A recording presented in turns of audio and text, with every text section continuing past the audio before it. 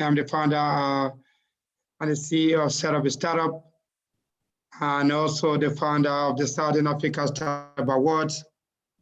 For those of you who haven't heard about it, we connect the startup ecosystem across SADC and also across the continent. Our mission and passion is to build a sustainable entrepreneurial ecosystem in Africa. But more importantly, we more focus on technology and innovation entrepreneurs with the hope making sure that we use the technology available in front of us to solve Africa's most challenging issues. So we are pushing entrepreneurs or anyone who is passionate about entrepreneurship to set up, a startup. And we've created a lot of resources around that, just so entrepreneurs don't have to struggle with any resources that they need in building their businesses. So we are more about mentoring, coaching, but making sure that entrepreneurship is accessible and inclusive across our continent, and making sure that everyone that wants to do entrepreneurship should have everything that they need. So we are a one-stop shop, for everything that entrepreneurs need. We are a marketplace for both entrepreneurs, mentors, and investors. So basically, that's who we are. That's what we do. That's what we've been doing for the last 3-4 years, and we've connected so many entrepreneurs with various mentors and investors. We've run awards events where we've taken most of our finalists, award winners, even up to China, where we did in 2019. So I look forward to engaging with you all, knowing what you do, and see how we can work together in building a better Africa. We are really more about collaboration and partnership. We're very more open to that. We believe that that's the only way that we can build a sustainable and a better economy for our continent. So we are really open to partnership, collaboration, those conversations that so that we can both hold each other's hands and support each other's vision. That's it for me. I look forward to hearing from you. Thank you. Thank you, Mark Evan. I really think you're doing amazing, amazing work. Well done. I'm rooting for you. And I know that there's so much we can do together to actually begin to be a part of building the Africa that we want. And I'm so excited that Africa is represented today. We are celebrating South Africa Youth Day, yes, but I feel like Africa represents what eventually filters into the rest of Africa. So we are also advocating largely for Africa, for Pan-Africanism. So the challenges that we face are almost similar as Africans and as youth particularly. So thank you and welcome. Thank you for making time. We have Gloria that is just joined in, and Connolly, do you want to briefly introduce yourselves for a minute before we start, guys? You are taking into my time, don't worry. Gloria, do you want to briefly introduce people of Vala? I love this. Yes. South African friend of mine. Go ahead. Hello, everybody. I don't know what time it is where you are, but good afternoon. And as Precious has already said, my name is Gloria. I'm the founder of a company called People of Valor, and we are basically in the people development space, learning and development, designing of learning materials, delivering the training. So our main aim is to ensure that people have the knowledge and the skills in order for them to be able to be involved in the bigger scheme of things.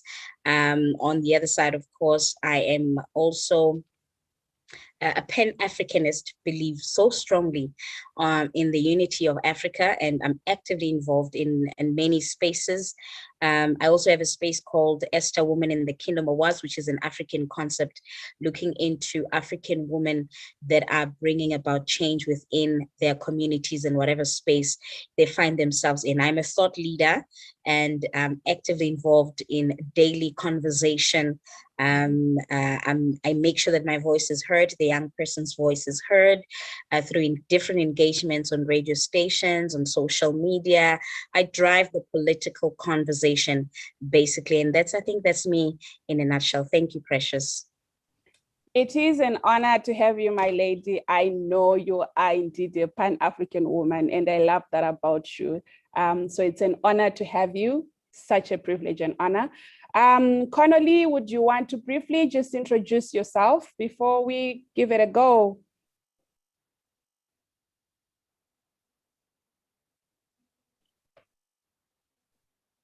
Sorry, guys, I was doing this just to make sure that we are all set on sound and camera. Connolly, I think we are behind with a minute. So yes, welcome to everyone that has made time to be with us this afternoon as we commemorate, as my friend rightfully put, the South African Youth Day. My quest for today has been centered around the Africa that we want. You know, we say Africa is free, but are we really free? And free from who? Those are things I've been pondering on a lot. As I go around, originally from Zim, South Africa has become my second home. Why my grandparents are South African. It's a whole lot of things, and I believe that Africa is intertwined. But I have a myriad of questions as to say, for instance, Zimbabwe got independence in 1980. We over 40 years, we have had over 40 years of independence, and the reality on the ground of the Zimbabwean youths is that a lot of them are unemployed.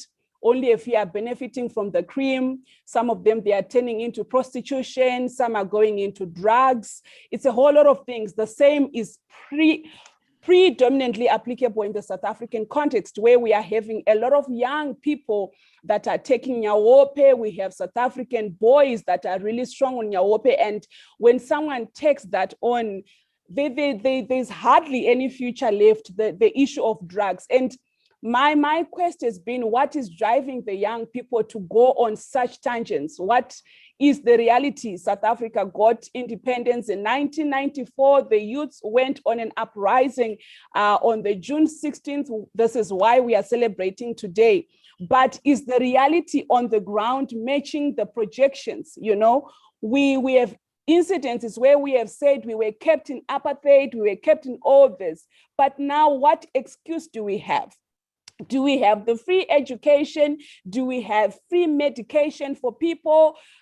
We find ourselves in a whole lot of poverty levels, and people are going through so much, especially in this COVID. People are living in that's terrible housing setups. The majority of South Africans live in shacks, and that's such a reality. And in that alone, young girls are being impregnated, young children are being abused on a day-to-day basis. I've been to the downtown of Joburg, where also it's predominantly foreigners from the SADC region. You find that older people, they take young children to the streets to go begging. You know, they are begging for food. No one cares about their education and things like that. So I just thought that let's have a conversation around the youths, the problems that are affecting the youths. And starting us off today is my lady friend from DRC, Sarah Hugieta. She's such a dynamic woman living in South Africa and has been for a while. She's a businesswoman in her own right. She's also raising a family in South Africa. So Sarah is amazing. And even as we are here, we also believe in collaborations and helping each other, because we don't live in islands. We believe in strategic partnerships that we can ultimately build. And my voice and your voice united together can ultimately build something that is more powerful, that can begin to transform the lives of many youths that are facing challenges around us. So over to you, Sarah. Are you ready to take us through? Her topic is centering around the reality that the youths are facing and what was projected before independence. Over to you, Sarah. Thank you so much, Precious, for your time and allowing me to present this today. I'm really honored. So not to take too much of your time, so I'll go straight to the topic. If I had to define the Youth Day, I would say that there were a number of children that fought for education. They fought for some right. They fought for rights. And if we look at it today, and if we have to actually say and agree that they made change, yes, they made change at that time, but is it still going on? Does that change still be affecting the youth of today? I would say probably maybe 80%, I'll say no, it doesn't. Simply because there is a mass of youth and young children and young people today that are uneducated, that are not even interested in being educated. And that is a big problem. So we go back to the root of asking those young generation, what is a Youth Day? Why are we celebrating Youth Day today? Just the definition of Youth Day, most of them don't even know why are we celebrating Youth Day. They call it a bride day. That's already a problem, which means that they haven't been educated on what are the importance of this day, what it meant then, what it's supposed to mean today. How do you expect a child that doesn't know what Youth Day meant and then to go for education today, to fight for their right today? This is what is causing the reality of the number of youth sitting at home in doing drugs, preferring going to do music or do other things that has nothing to do with learning and knowledge of being at school or university. And sometimes I grew up in Congo. Okay, we have a high standard in terms of passing classes. All right, so. And when I come to South Africa, this is not a critic, this is just my reality. When I look at education in South Africa, South African university are one of the most known and reliable in terms of, if you look at UCT, University of Cape Town, and so on and so on. So you will see that those universities are well known, and when you come from those university, people know the value of your papers.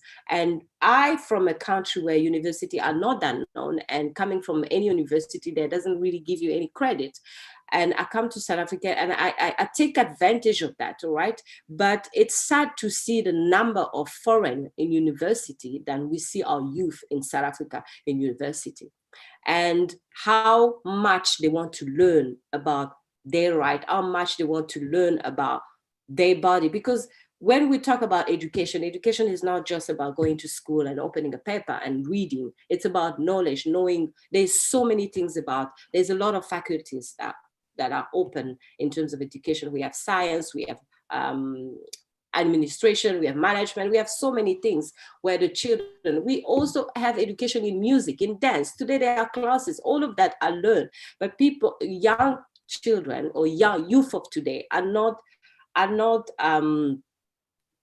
participating because they are not educated.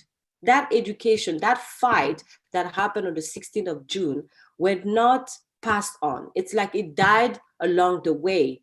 And with the social economic of today, let's look at it. Let's say, and I hear a lot of youth, because I did my little survey with youth, asking them questions about challenges they face in the world of today compared to the education. A lot of them will tell me that the challenges they face is that education is not free.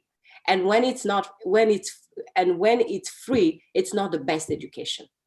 You understand? So let's go back to the COVID, okay? Let's just talk about the pandemic, what it has done. If you look at it, our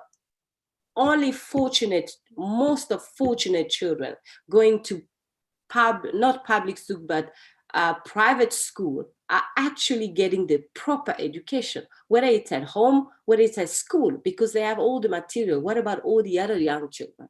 What about the others the one that go to the public school, the one that don't have computers? You understand? So if a child, for them to have an education, they only have to go to school to learn. And when they don't have those material to learn, what would they do? They will end up on the street doing nothing. This is why there's a high level of women out there doing prostitution, because it's the easier way. It's the easy way to get it's like the easy way to get to get money, to get the means of survival, to be able to raise your children, to be able to help your family, to be able to do anything in life. You have to go around and above everything, because you can't get from what we fought for. If you look at employment today, the youth employment and all that, when I go back at looking at job description or requirements, most of them will ask unrealistic experience. They will be like, this job requires 10 years of experience, 20 years of experience. How do you expect a youth coming that is freshly graduating to have a job, or to have a 10 years experience for that job, a job they can easily do? They are discouraged by the society of today. And I do not think personally that what we fought for, what they fought for on the day of Youth Day, it's actually passed on to the generation of today. It's like it's dying. The name of Youth Day has stayed there. The public holiday is still present. We still bribe and drink and get drunk, but we are not focused. It's like the youth of today is not focused on the importance of why this has been done and what needs to be done in order for us to have more of educated youth out there. Because it's simple. Sometimes I'm not sure if you guys look at jokes and this little I don't know how they call it again, where they pass the microphone and they ask questions and we laugh. One would say it's just jokes, nothing else. But is it really jokes, nothing else? Like, do these young children, the youth out there on the street really know what they're talking about? Really know how to fight for themselves, how to fight for a better future for the children they're having today? Because the youth will not remain youth. There was a youth in 1976, there is a youth after that, and then a generation and two generations. So what is being passed on is not what we fought for. I doubt that the reality today is the same as what this day was meant to be for. And I always encourage the people, because I always do, I do a lot of live show when I talk about myself, my experience, leadership, mentorship, and all. I always encourage the youth of today to say that through everything, you need to be educated. You need to know your material in order for you to go forward. You need to know why you're fighting, the purpose of why you're fighting. The vision it's good to have a vision and dream, but what are you doing in order to achieve that?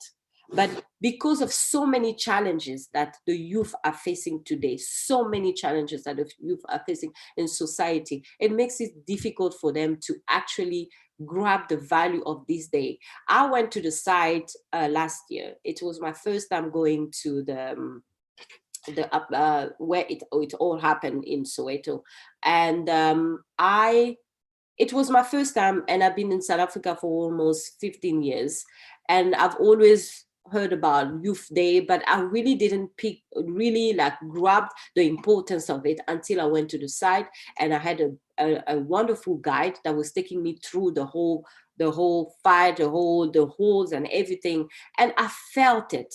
When I was there, I felt it, and it gave me the power to want to make a change in the youth and the community that I live in, to challenge them, to tell them, do you know why these kids fought? Do you know why they died? You know what happened? But when you ask them, when you ask this youth why, they present you with so many challenges. It's like, the schools are not free. If they are free, they're not good ones. We are not provided the good educations, and when we are forced to do things we do not want to learn languages that we don't. I remember in my kids' school, we had this community fighting over kids having to learn another language other than Afrikaans, because Afrikaans was the ultimate language that the school was teaching. So the parents and the community started fighting over incorporating Xhosa, Zulu, and finally now they teach Xhosa. but it was a fight over, you know, and it's part of education. It cannot just be one language. It's all part of education. It's all part of, because today you will see job description that said Afrikaans or Xhosa only. And if your child has the opportunity to learn both languages at school, they will benefit from it. They will benefit. They won't be discriminated against when applying for the job because they can speak the language, you see. So the reality today with what has happened in that time, why the Youth Day was created, why we actually have this public holiday. I doubt the youth knows that this public holiday is not to sit on the couch, sip on wine and eat burrovers. It's about voicing themselves out there, creating groups and talking more about what are the challenges that we're facing. And it seems also from the youth that they're not being heard. They are saying that we're not heard. No matter how much make noise we will make, nobody will hear us. Like we talk about what we're facing, how we're not getting enough this, enough that. So we go to the easy way. Everybody wants to make money today. Nobody wants to learn how to make money. We just want the easy way because it's easier. It's easier for me to take a gun and point it to someone and tell them, give me your money and that's it, than go to work and actually get a job. So it's really a challenging thing for our youth today. And I think us that been through there, all we can do is encourage them, talk to them, educate them. I think we have to educate our youth today on what is this day and what it was made for and how they can overcome the challenges that are actually facing today and go through and move on for a better future and a greater vision. Thank you.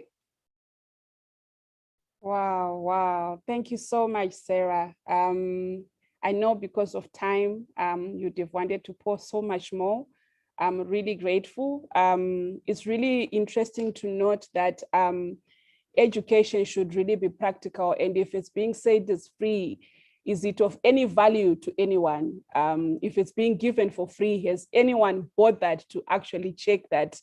Is it good? Is it quality education? And when we talk of education, the children getting the necessary education that is needed? Is it being dynamic enough? Is it versatile enough? Is it relevant enough to cater for what is needed now? So thank you so much for sharing your heart.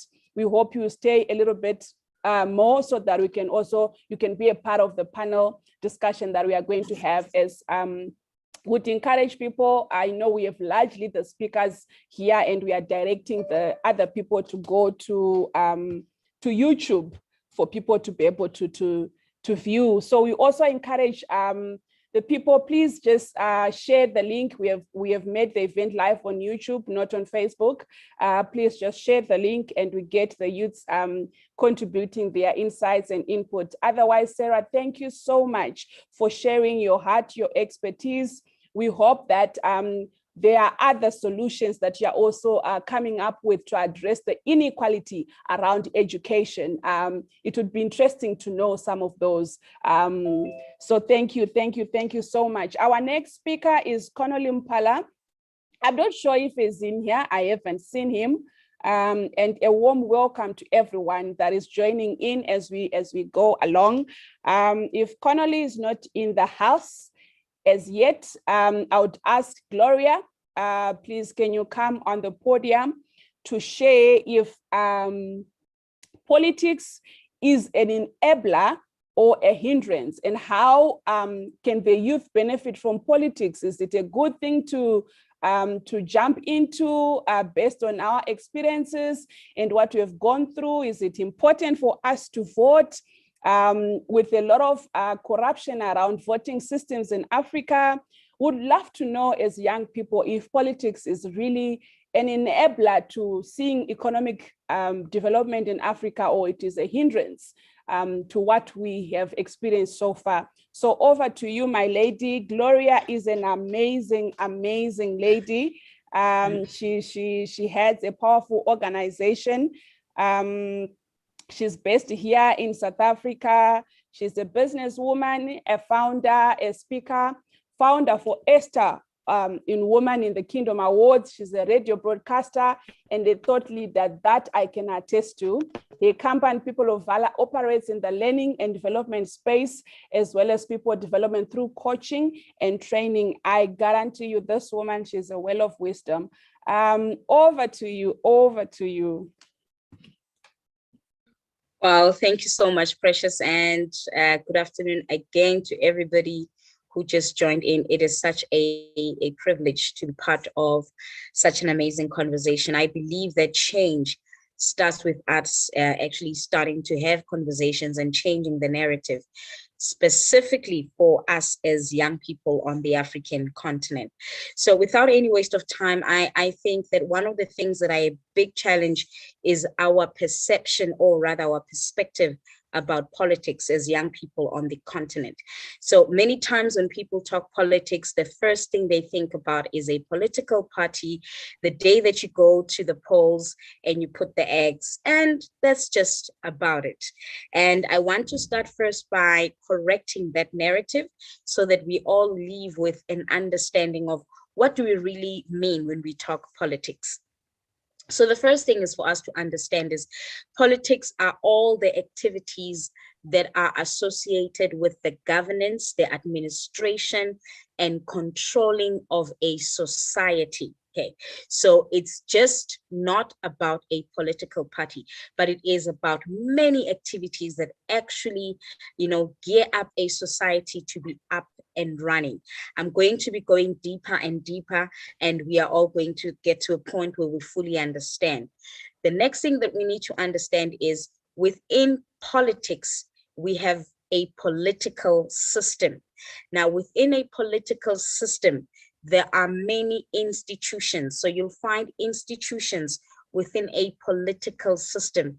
Keep in mind that politics is about governance, administration, controlling and ruling of a society in an orderly manner.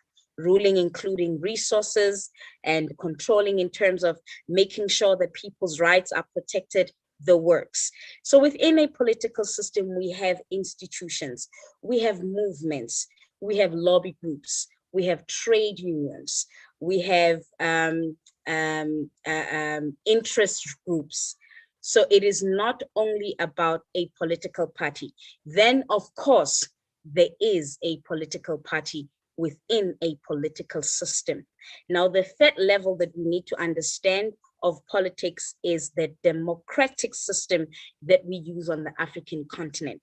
Democracy is all about the rule of the majority. So whatever the majority says is good, then it goes. But also democracy also says it is the people who govern. This means that it is not about the politicians, our political parties, our political leaders. Democracy puts the power back in the hands of the people.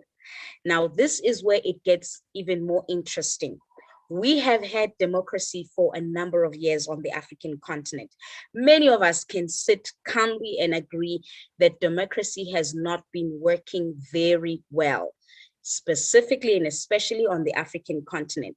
But we're starting to see in other parts of the world that also democracy is letting us down as a people.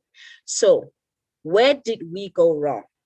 The first part of the issue that we have in politics is the fact that many people believe in just nominating an individual, forgetting about it, and looking at it again after 4 years. So within the period of their governance, there's not a lot of activities until we go back to the polls. And this is because of miseducation. Many of our people do not understand how the legislature of their countries work. I'll give you just a simple example. And of course, democracy is a duplicate system that is the same all over the world. But more specifically in Africa, it is almost the same. So before we even go into higher parliament, we have what we call local government. Now, the first thing is, even in our local government, we don't know who is the leader, who is the councillor, who's the decision maker. When there is a problem with water and sanitation, we don't know who do we call to, who do we make accountable. Local government plays a huge role, yet it is undermined by the African people. Over and above local government, we have what we would call the regional government, or what we call in South Africa, municipalities. Their job is to properly administer all the local governments that are within the same area. In other words, if you're not happy with your local government, there is an office of the municipality that you can go to.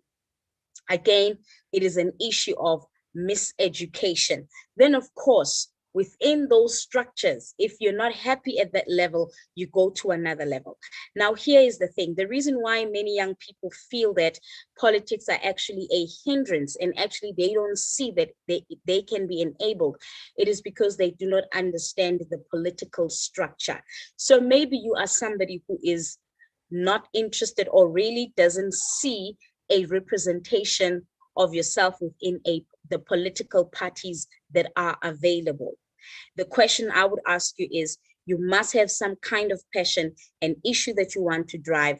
What interest group do you belong to? If you are sitting here and there is no interest group that you belong to, or a lobby group, or a trade union, some kind of a structure, you are actually part of the problem that we are having on the African continent. So what I'd like to encourage of you today is to go and use Google and find out what is available within your space, within your countries, where you can channel your concerns, where you can make sure that your voice is heard. I will share a story, a success story of a lobby group, and I hope that Precious has my video ready. Probably the last part that I want to talk about, which is a big part of politics. And it is concerning because we are starting to see that more and more young people are not getting involved into this. And this is when we come together and we are actively involved, and we are protesting, and we are out there. Many young people feel that because of the fact that we live in a social media world, this is no longer needed. Protests are a thing of the past. And I'm telling you now, actually protests are probably going to remain a big part of politics. This is because it is through protests that we are able to get the attention of the international world.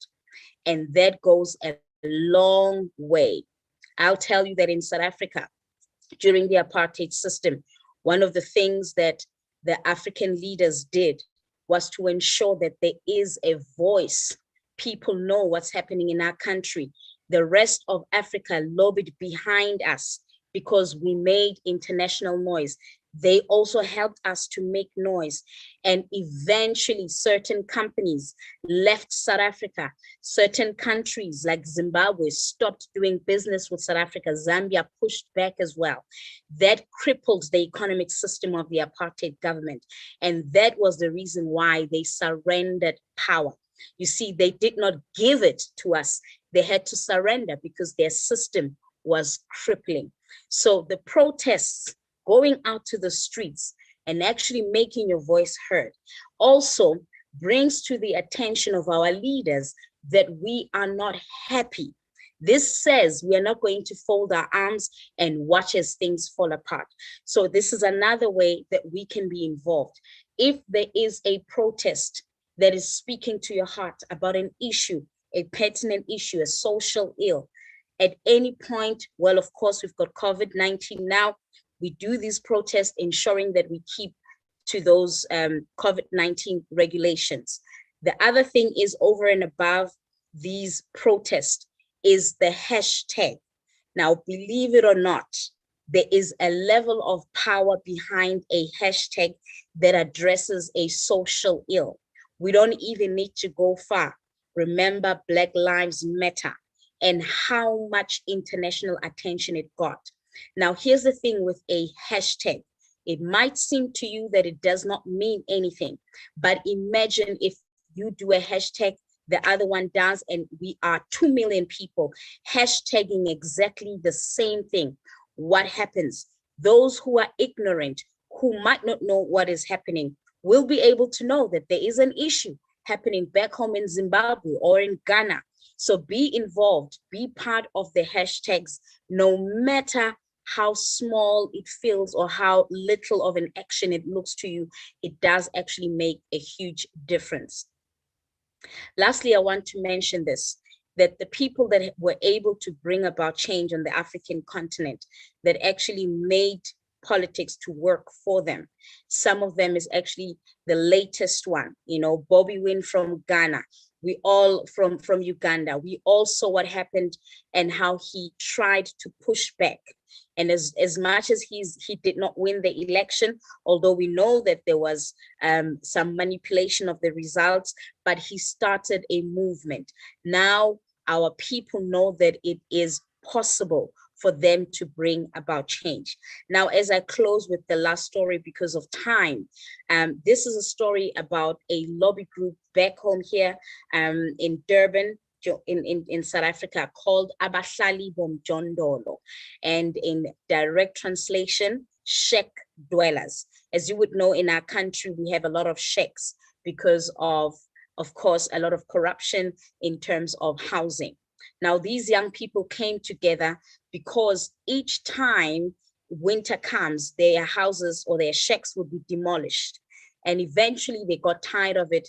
They took the Constitution of South Africa, started to read it. These are not political leaders. These are not political figures. These are not students who studied political science. Normal human being, normal citizens.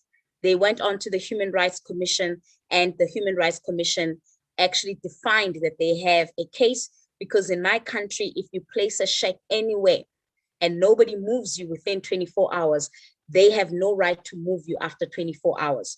When they move you within the 24 hours, they should find you another place of residence. Our government failed to do that, so they actually were on the wrong. I'm telling you today, those young people were able to get legal rights to occupy those shacks in Durban.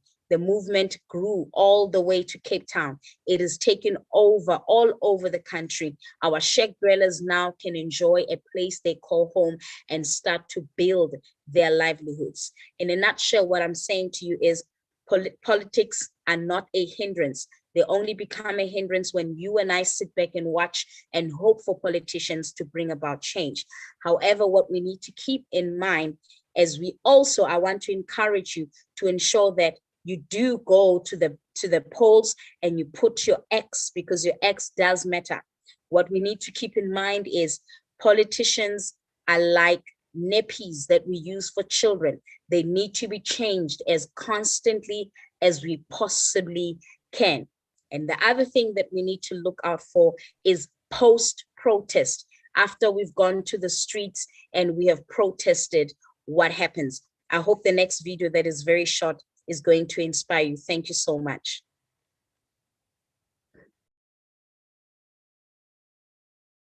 Thank you, Gloria. I'm just gonna quickly play the video. All right. I think while I'm trying to get the video to play, I wanted just to say that this is interesting, because my question to you would be, can we really go to the streets to go and and protest? Because I remember in Zimbabwe, people tried to protest, and the next thing, people are being shot.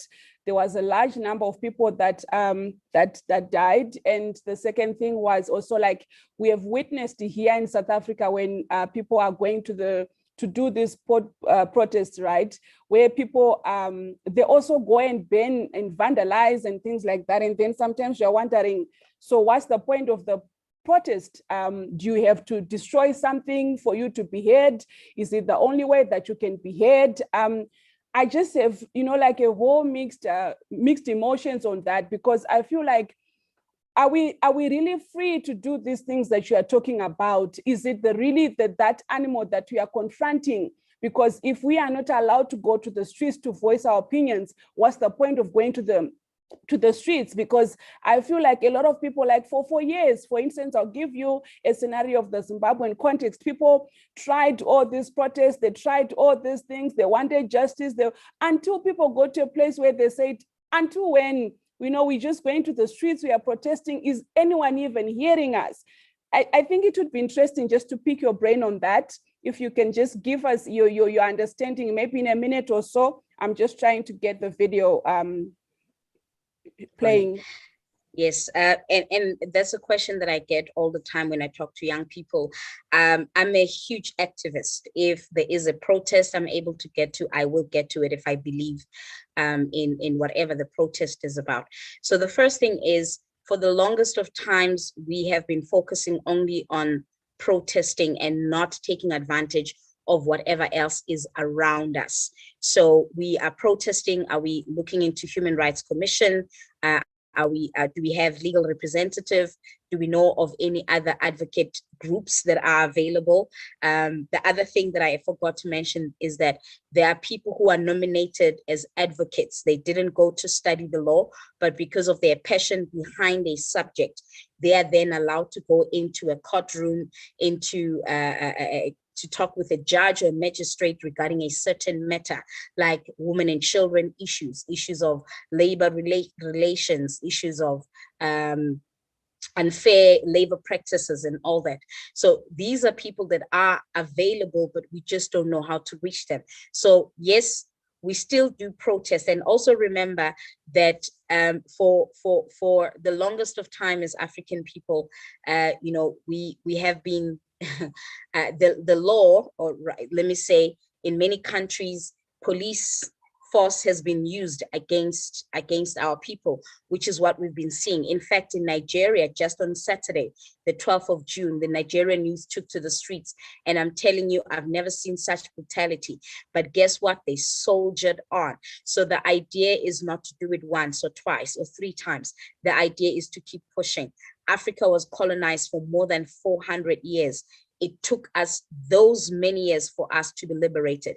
The difference now in our situation is that we can use all other aspects.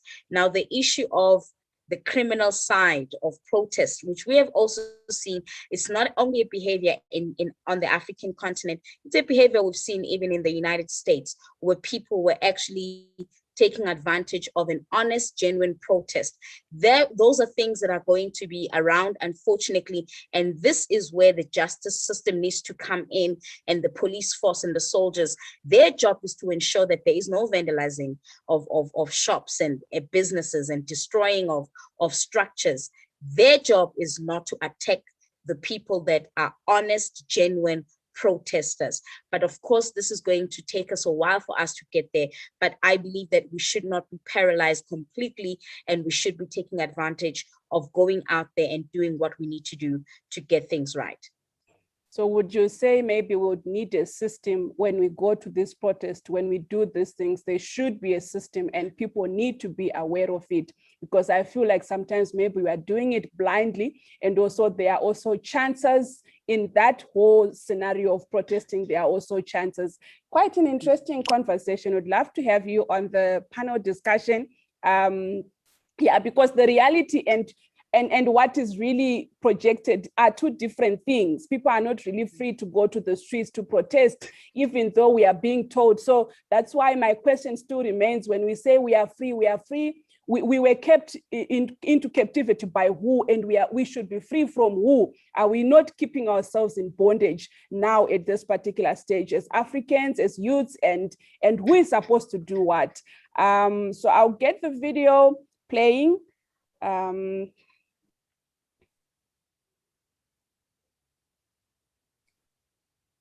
not sure if my sound is good. We, the people of South Africa, is my sound okay? It's fine? Recognize the injustice of our past. Honor those who suffer for justice and freedom in our land. We therefore adopt this constitution as the supreme law of the Republic, so as to establish a society based on democratic values. May God protect our people.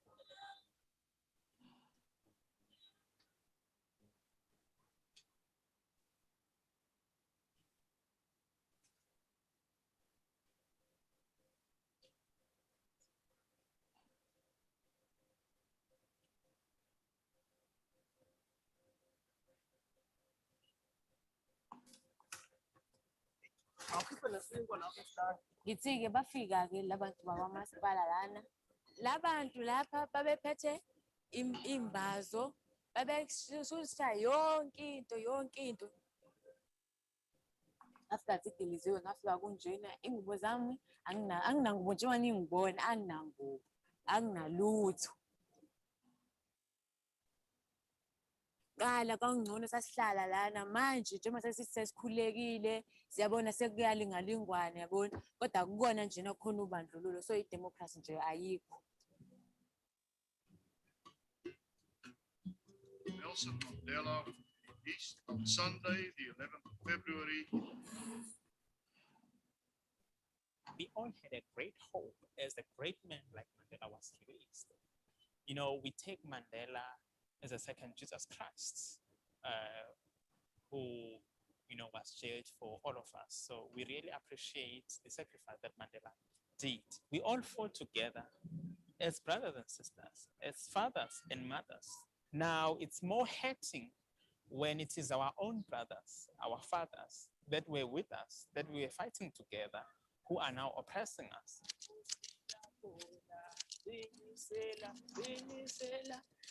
Nani we makawe seduze lapho siyakhona haye smiras haye saba magwala hathi There's another plane. I don't know the name of the plane. It's coming to land again. That's one thing that's special about Joslov, because the planes are landing, they're taking off in front of us. We feel like we're not in the ship, we're in another world. See, they say the apartheid era is over. Yes, we agree the apartheid is over, but there's a new apartheid system that is operating in South Africa, and that apartheid is between the rich and the poor. Amanda! Viva mhlalo semjondolo, viva! Viva the spirit of togetherness, viva! Amanda! It's my home. It's all I can afford.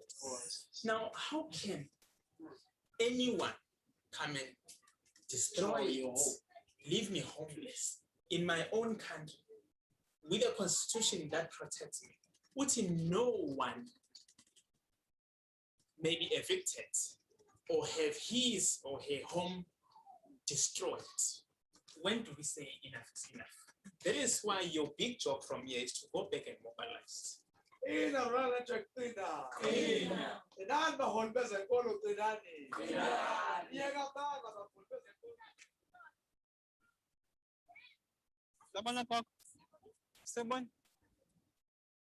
understood that there was a need for the informal settlements to come together to address the needs of the people that are living in sheds.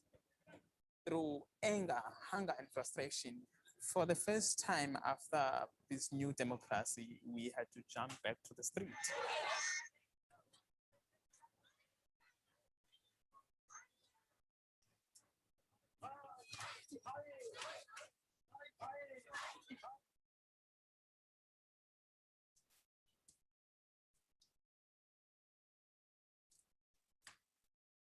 There has been no Christmas for the shack dwellers.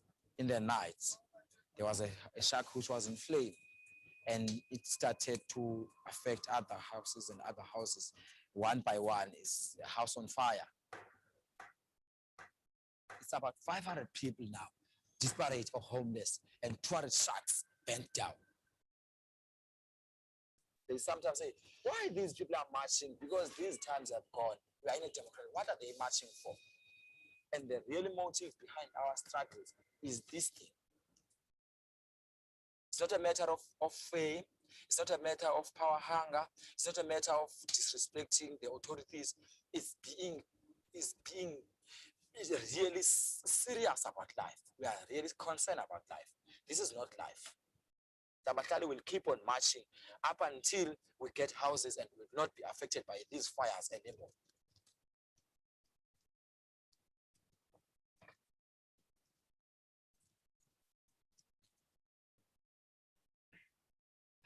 Such a sobering video. Thank you so much, Gloria. Thank you so much. Wow. And I think for me, what is disheartening there is seeing the young people. It's largely the younger people, it's the youths, and they are saying that what is pushing them to go to the streets is hunger. You know, they are frustrated, and that's not really a way of living where your house can just burn like that. It's really, it's disheartening. And even as we spoke and alluded to earlier, that this is the reality of the youths. And if we are saying that we are commemorating the Youth Day, is there anything to commemorate really when we look at it? So I'm gonna ask the next speaker, and we're gonna leave Gloria for the panel. I'm gonna ask Mentle, are you ready to tackle on the disadvantages that the youths are facing? Are you ready? And this is a young woman that is based in Zimbabwe.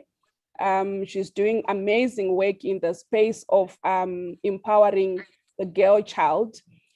She's a 26-year-old Christian girl child rights activist and humanitarian. She's the founder and executive director of Kanya, Be the Light. She's a council member of the Zimbabwe India Women's Business Council. She's Zimbabwe chapter president of Women of Global Change. She's really amazing, and I've seen her doing so much work for the young people in Zimbabwe, especially in the rural space. Do you take us through, Mentle? Okay, thank you so much for the platform and this amazing conversation. What for me stands out is the way that we are considering the youth if we want to see a better tomorrow. And just listening to the previous speakers and just the input that they've given us, I am so excited to see that we have finally been given such platforms where we can come together and share and also rule out certain, stigma, when we're dealing with things like politics, because for a long time, we, like myself or other people, would just think politics is limited to just putting an X and just seeing who to vote for next, but it's bigger than that. And I'll just like by starting off by saying that for us to really see a change in our country, in our continent, we have to engage the youth, and it's important. It's become more important. Just in Zimbabwe, I'll just speak briefly about the work I'm doing and also just tackle the youth in general. I'm working within the girl child space, working to serve, the gap that is there within the girl child in Zimbabwe. And now in February, or let me say March this year, it was recorded that Zimbabwe had its highest number of teenage pregnancies in Zimbabwe in the space of 1 month. We had 5,000, that's the round figure, of young girls who are pregnant, teenage pregnancies. And we had over 1.6 child marriages. And now in Zimbabwe, we don't have forced marriages, but because a young girl has fallen pregnant, she is then culturally obliged to get married to the person that she has a child with. So just by that alarming number, and I know a lot of people will say, oh, it's because of COVID and the young people didn't have anything to do. But I always say COVID doesn't make you make such choices. And this is where we engage young people with tackling the mindset as to say, it could be another pandemic next year or the other year, but it doesn't stop your purpose. It doesn't stop your goals. It doesn't stop you from where you're going to. So we need to discuss then the gaps. I'm going to be speaking about the gaps within the society because COVID can be seen as a challenge.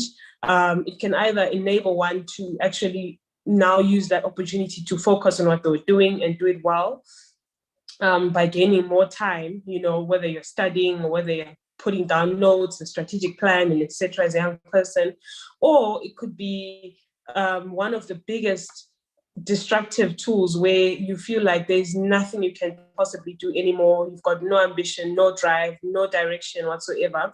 So of course, working in the rural areas is a bit difficult because they don't have the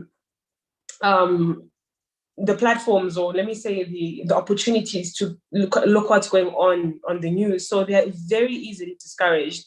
There was actually a time where we had to sort of give them reality on what's happening without instilling some form of fear, because then a lot of them would just give up on life. But you want them to still use the opportunity that they have to go further than where they are or what they've been doing currently. So the gaps in our society, we are dealing with a lack of hunger and a lack of drive towards education. And of course, education is the number one driving tool to where you want to go to as a young person. But within the rural setup, just getting up to Form 4 is a big thing. It's a big, big achievement. And of course, if you're going to get up to Form 4, you're not going to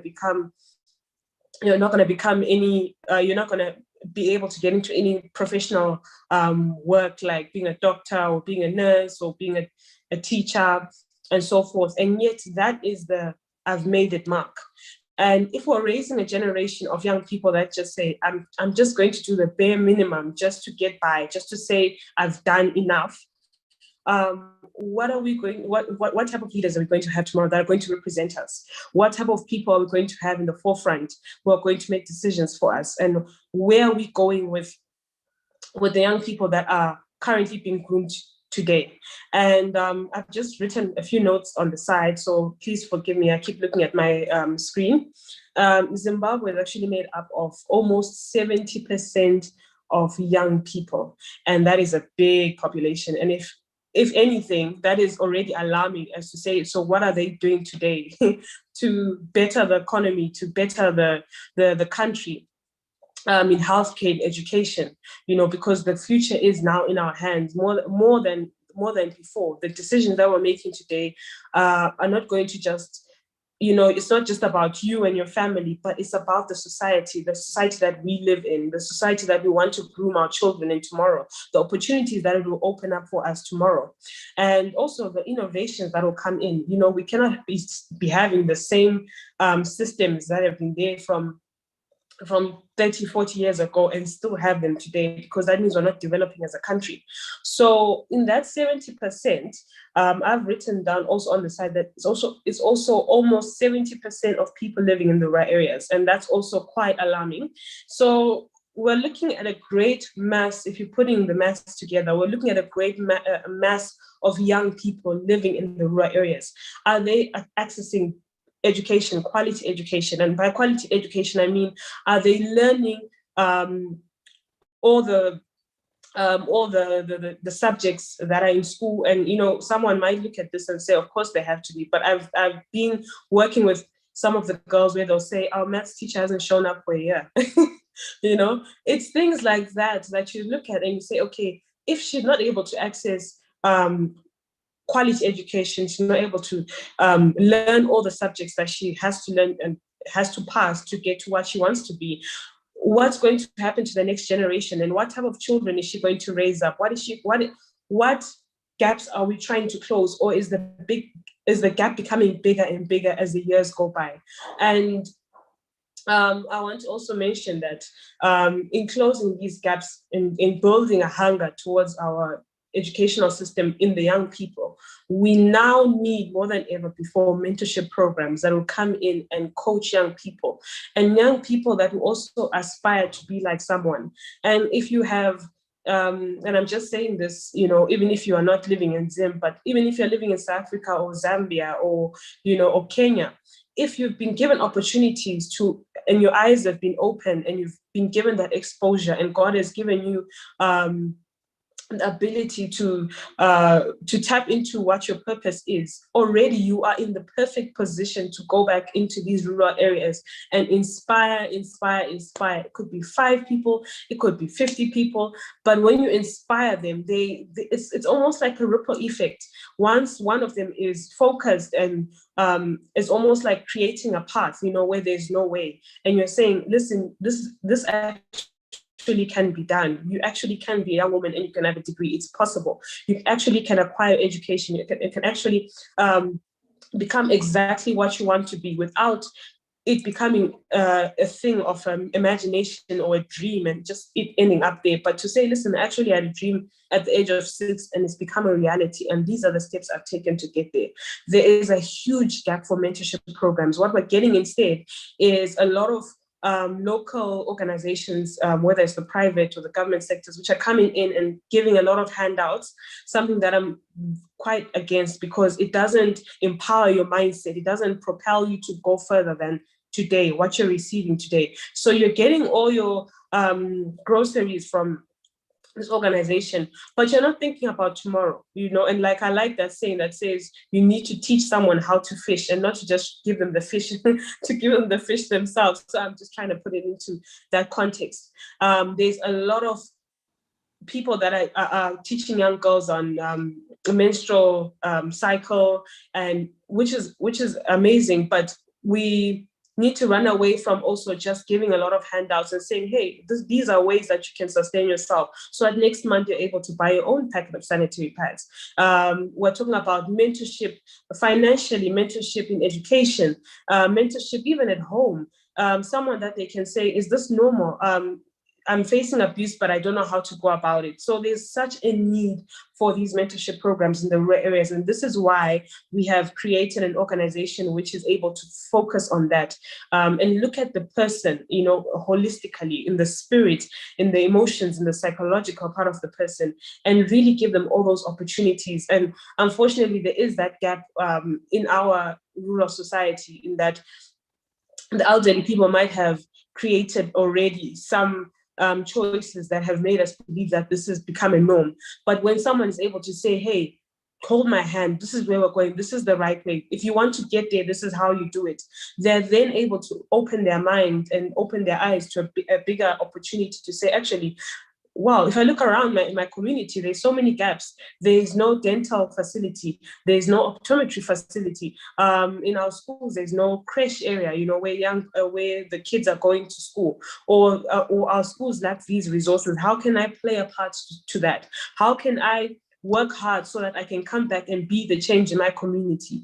And when you're able to do that today and be that for someone else, tomorrow they'll do that even more. They'll say, someone came back, someone remembered our community, someone came back and played a part and impacted my life into who I am today. And I want to do that for another 50 people or young people.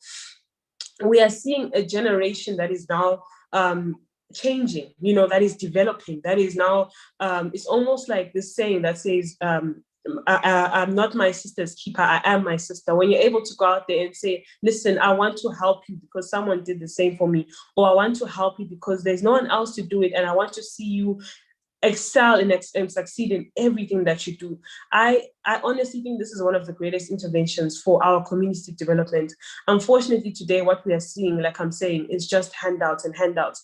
And even if it's that one day that you go to that school and inspire them, even if it's just that week, even if it's just that like today, the Youth National Day, even if it's a public holiday, which is themed on a specific need or cause or awareness, I think we owe it to the community now to go back to say, listen, this is how we want to play a part together, and not to say that you should only be restricted to an organization or a facility, or I've come under so and so, but just as your voice can open up so much potential for other people who are voiceless.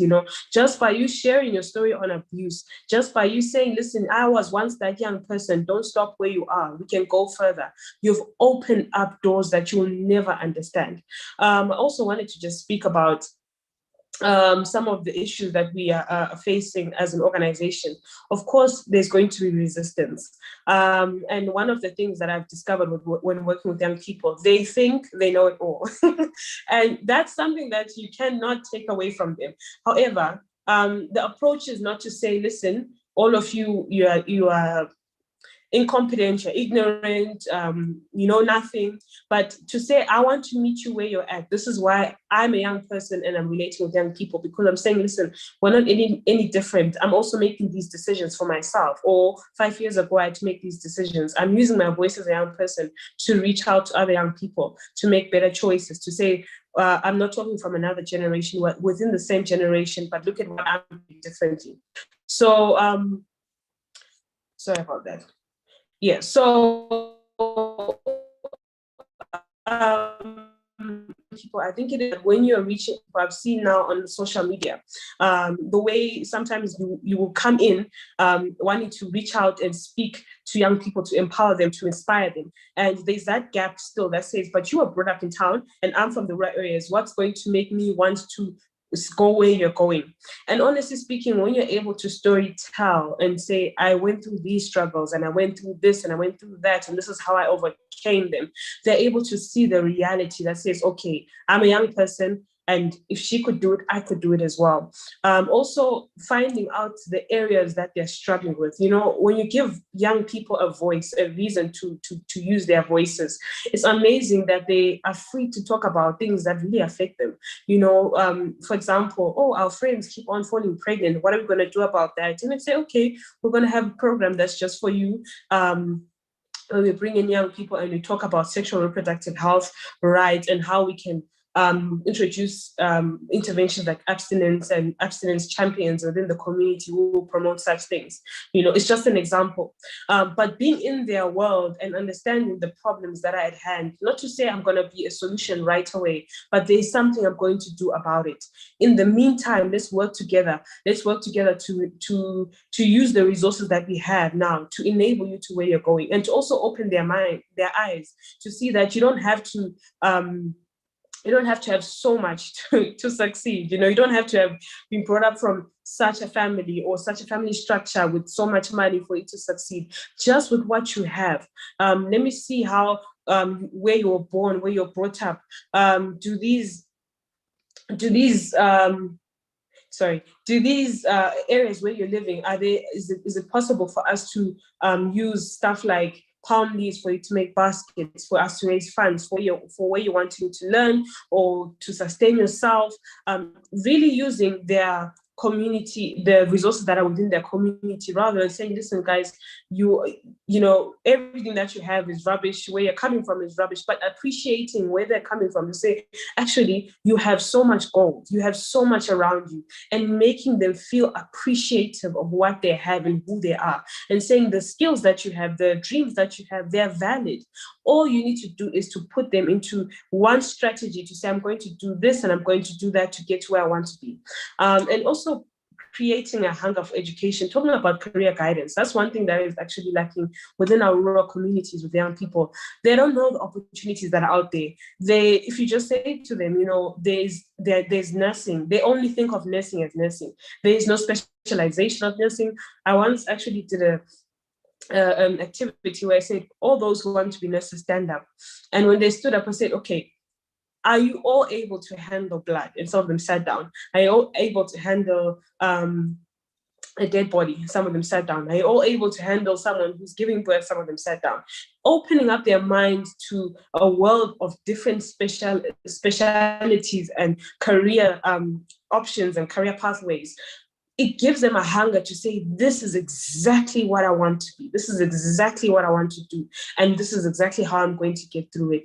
And now sitting down with them, like I've said, to put down strategical plans with what they have currently. And maybe you will get help along the way to say, yeah, here's a bit of funding, here's a bit of sponsorship here and there, but you can do it on your own. You're exactly where you're meant to be. God was not mistaken to put you where you are.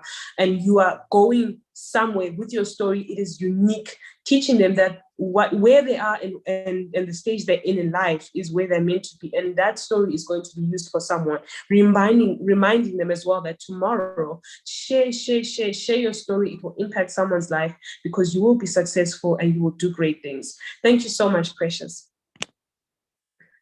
My word. Thank you.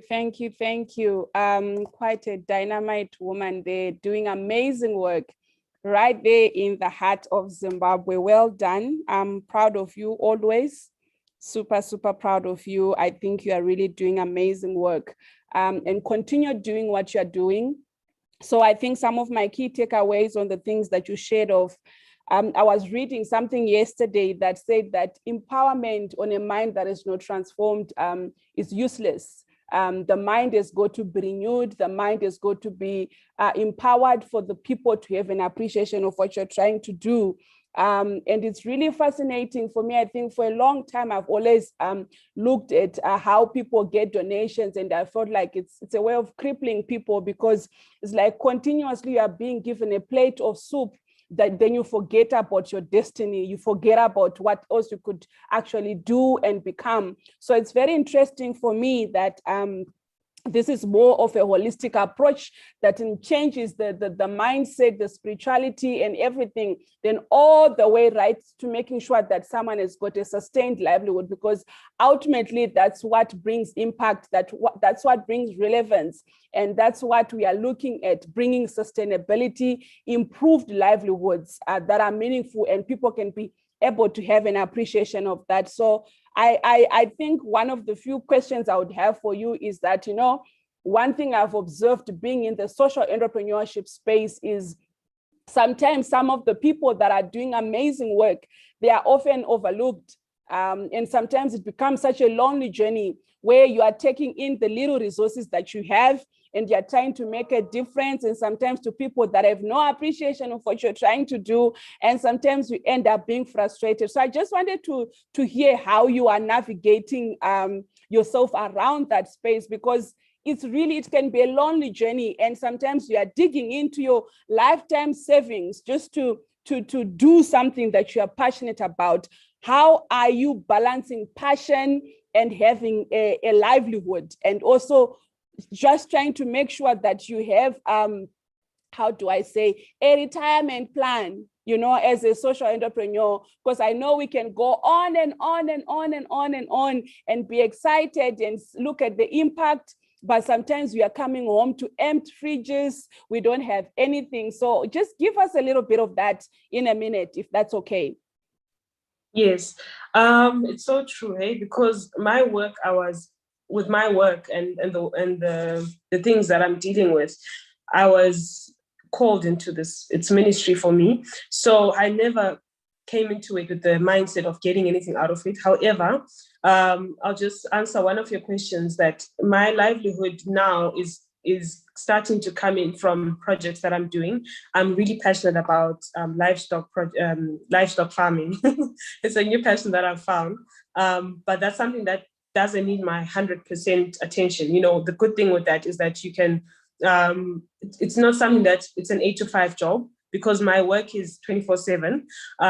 But at the same time, sustenance of the project comes from individuals who are drawn to the matters at hand. And what we have done is, for example, when it comes to girls that really need groceries every month, we then tie a sponsor with it's like an adoption, I'd say it like that, to say, I'm going to help this person, because some of our girls have come out from abusive homes. So we do sometimes like place them in homes which are safe. And if it happens that, you know, overnight she has to stay somewhere differently, then we have to take care of her. We then look out for people that can directly donate to that person, but we don't have donor funding. The heart of the organization comes from people that are just passionate about taking care of young people. All our projects, you know, the funny thing, I'm just going to try and make this short, is that sometimes someone can donate something like $50, but the things that we think of are, how can we make this grow? Because if you get money and it just ends up on, for example, buying a banner, you know, that won't bring you income.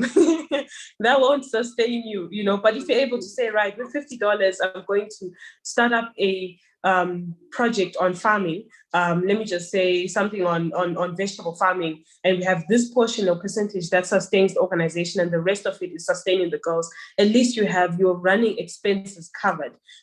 But the majority of the burden, it always falls on the person who started it, because people get tired, you know. Someone might be excited to part ways with their £50 today, and tomorrow when they say come back again and ask if you need something, tomorrow they'll be surprised as to why are you here? You know, why are you asking me? Why are you bothering me? So I learned that also, that it's very key that we begin to do things that sustain the things that we are trying to advocate for. It's very important. So I had to move from being just a person who goes out there and change lives and making sure that I have a sustained livelihood myself. Otherwise, you end up resenting the work that you're doing over a period of time.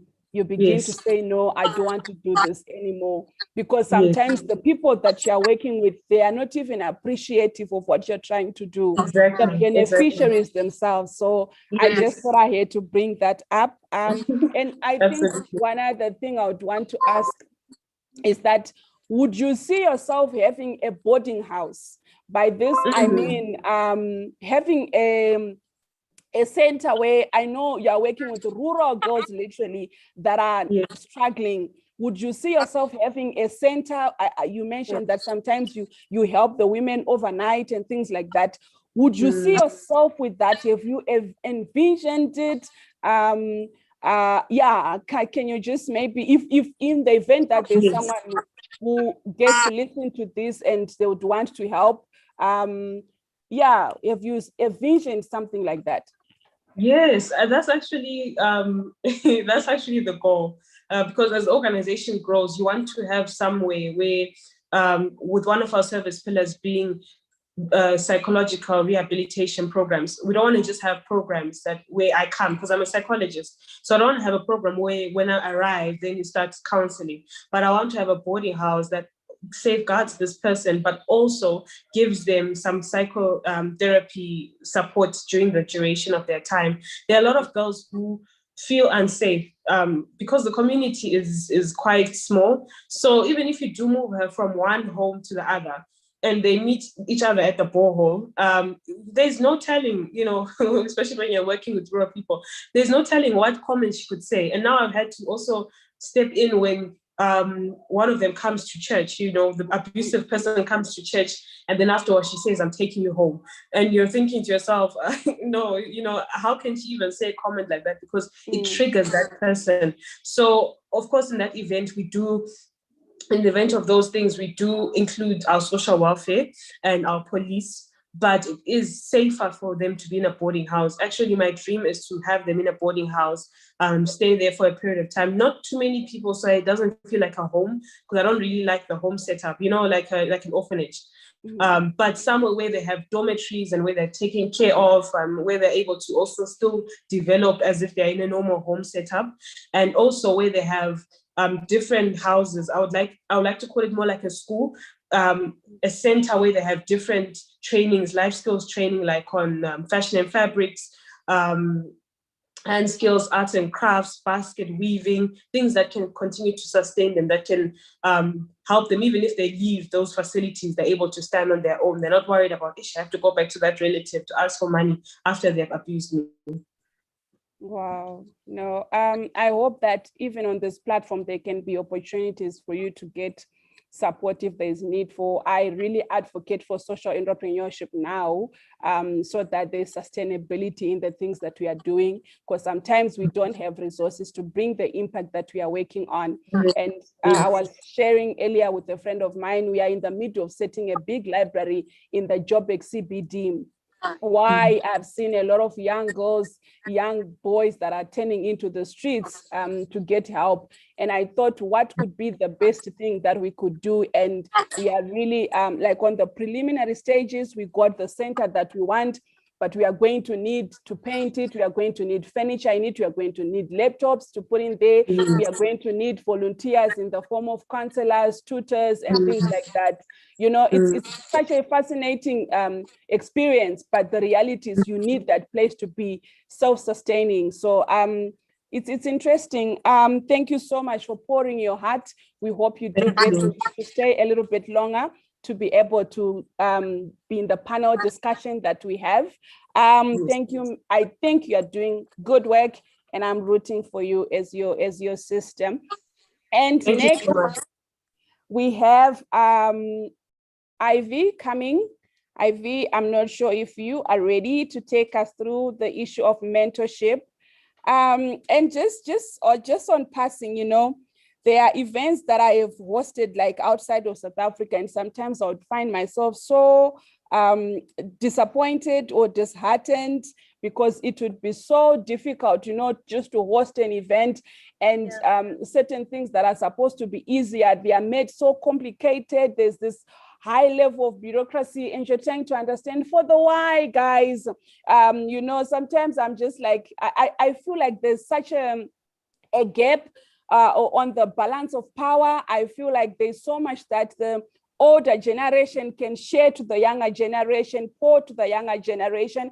And I also feel like because the landscape that we find ourselves in is continuously changing, I feel like the younger generation can also pass on information to the older generation, more like a vertical approach where whatever that needs to be disseminated should be disseminated, and whatever that needs to be passed up should be passed up without any beguile, without any conflict.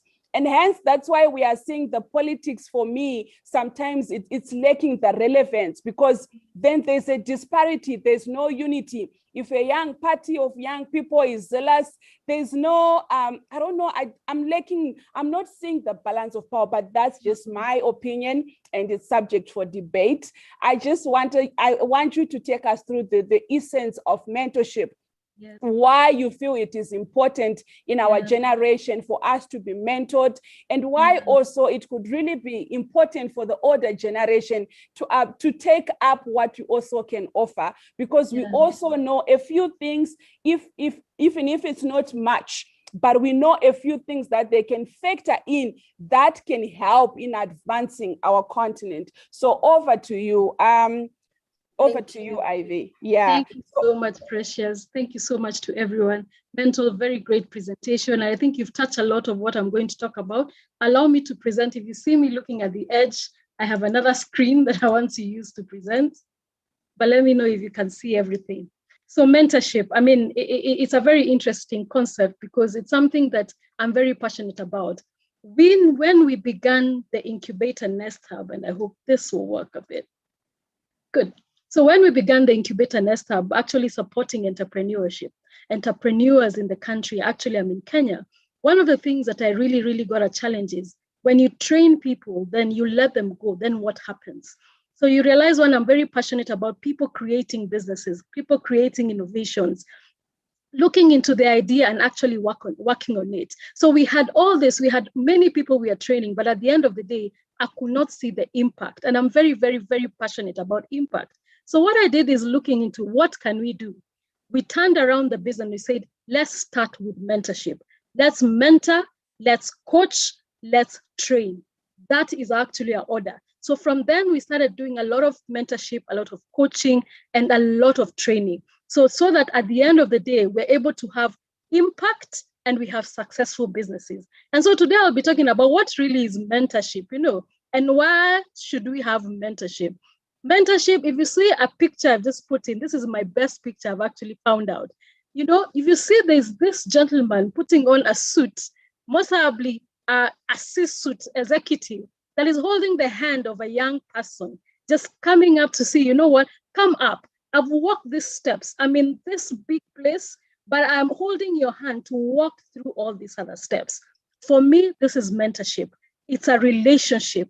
You create a relationship where you hold a hand of a mentee and you bring them up to the place where you are at. So it's actually making them grow, learning, developing, you know, and making sure they're actually getting everything that you have. And for me, is pouring your heart to them. So mentorship is a relationship.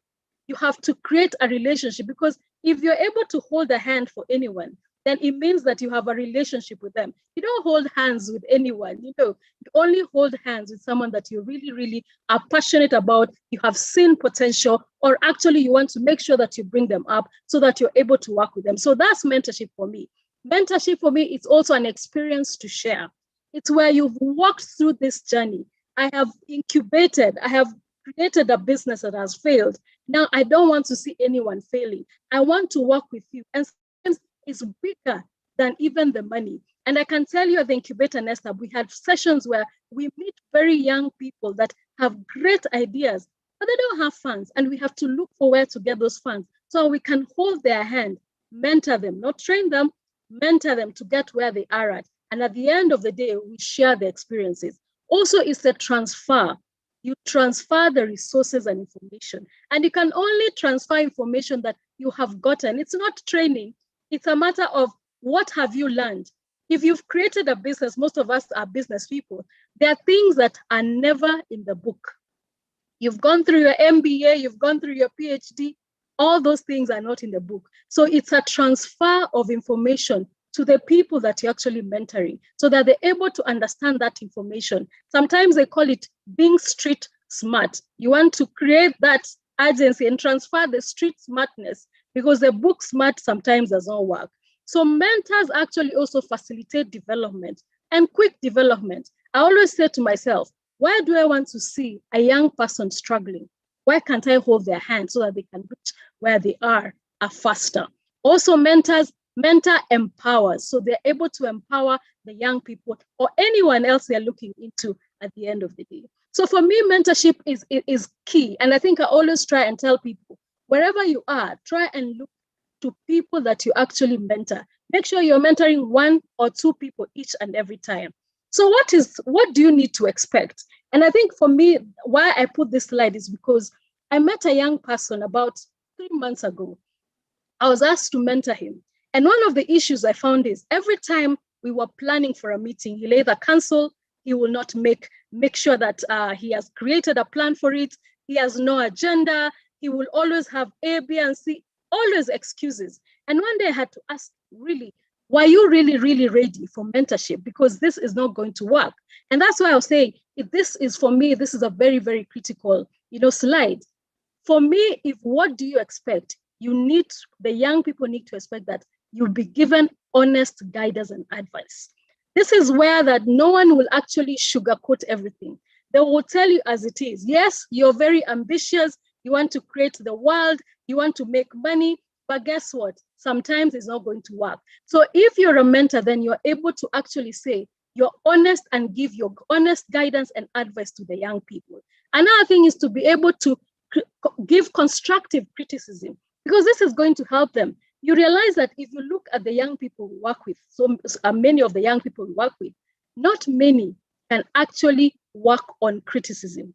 If you correct and look around, if you correct 10 young people, 8 of them will run away. You will remain with 2.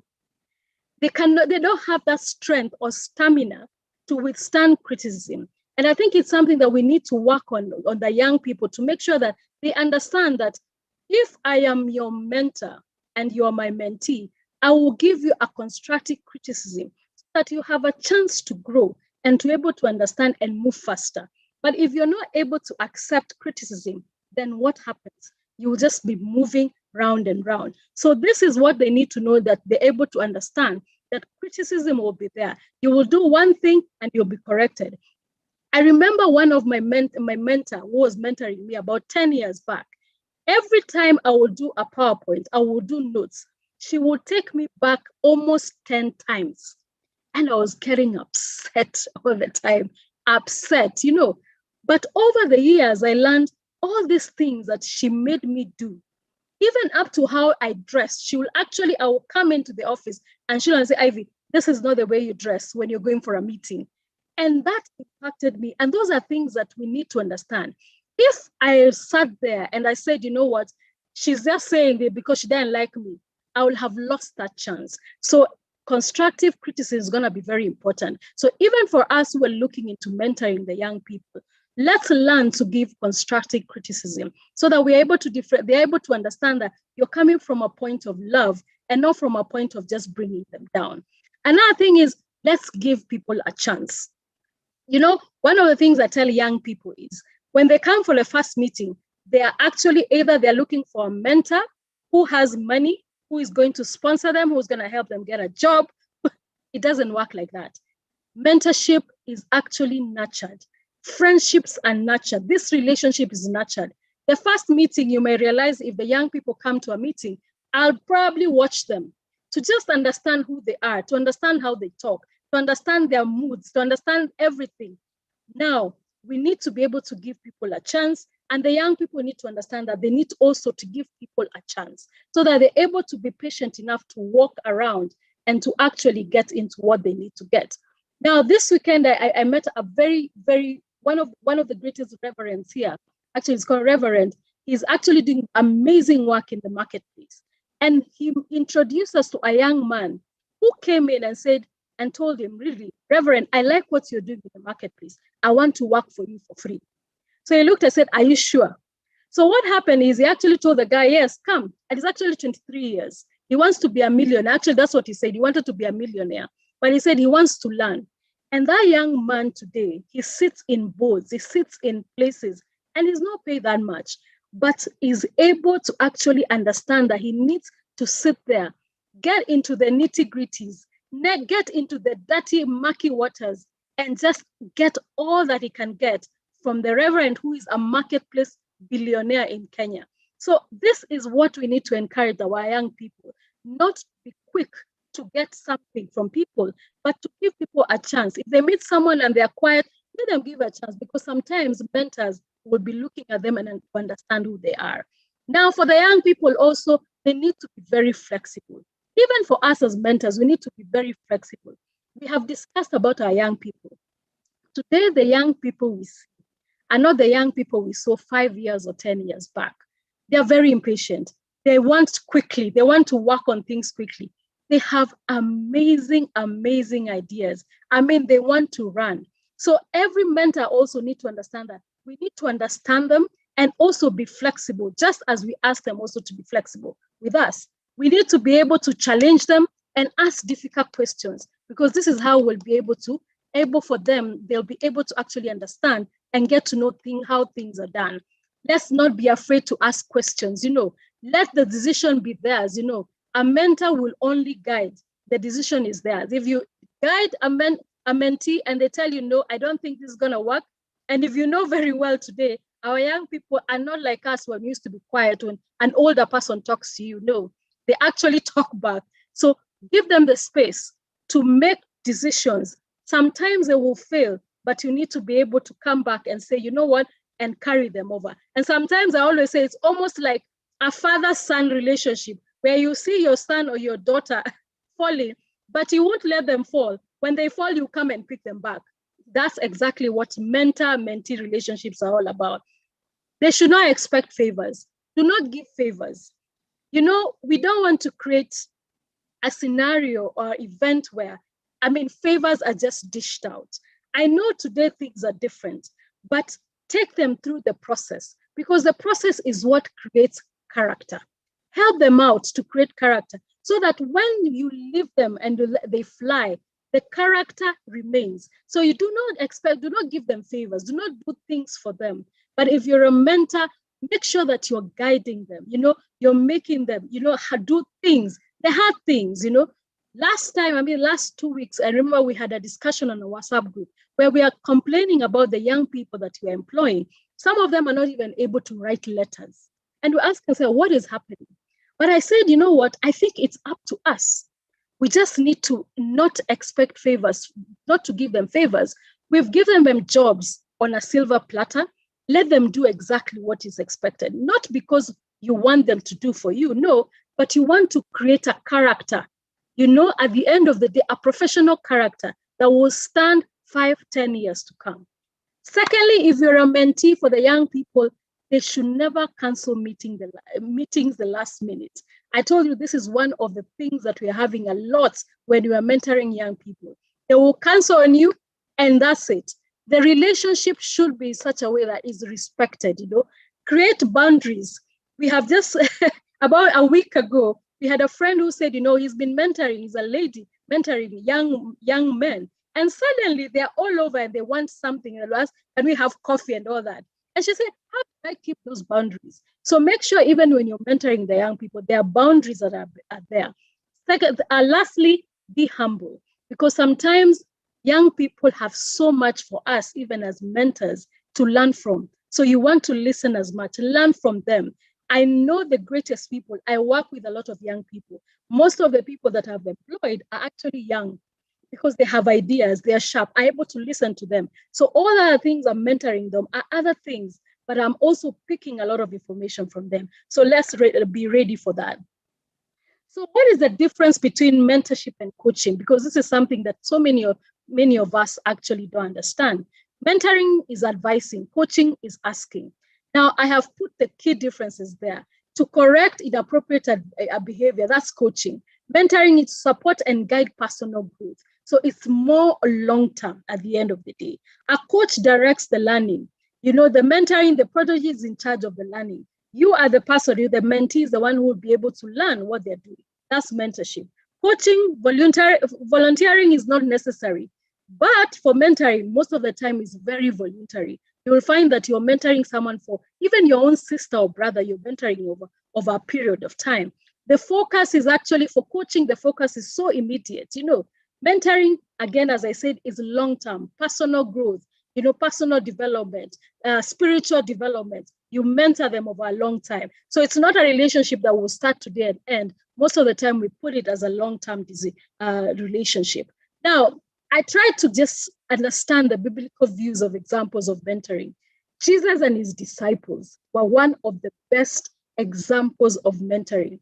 The patience, you know, I kept on thinking, imagine leading or mentoring people. Some of them are going other sides, others are going to betray you. Sometimes these are the relationship we have, you know, a lot when we're actually working with the young people. And Titus 2:3-5 says, teach the older women to be relevant in the ways they live, not to be slanderers or addicted to so much wine.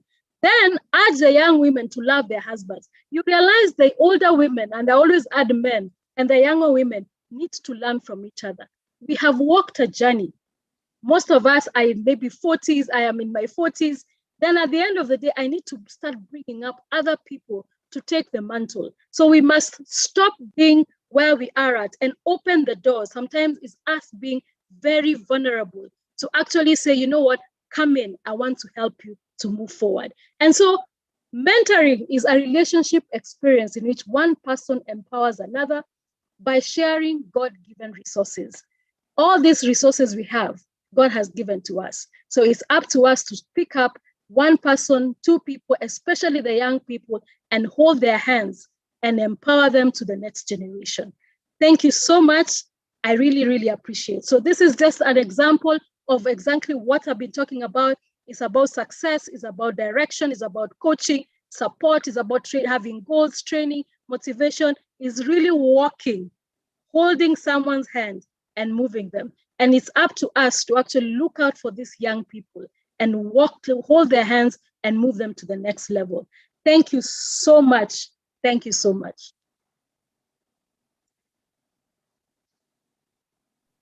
Thank you, Ivy. I think this was really a great topic you zeroed in on. Great work that you're also doing in Kenya. We are proud of you, sister. So proud. I root for you. I cheer you on. I know you're doing amazing work. And I know some of the things that you're doing, you've been consistent. And I know consistency is a currency. So well done, well done, well done. I actually saw the picture that you took off of that billionaire marketplace apostle. And I was like, wow, I've got so much respect for him. So I am really, really, really proud of the work that you're doing. Let's continue to be relevant, and any possible collaborations that we can have are welcome.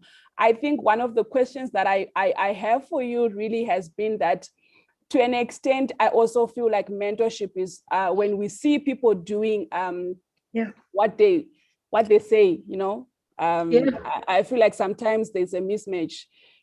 People are saying this and they're doing that, and then people are confused, like, what are we following? What are we doing? I mean, would you just want to maybe just zero in on that on a minute? I often feel confused because that we have seen that in the corporate, we have seen that in the church, we have seen it in the streets. People are saying this.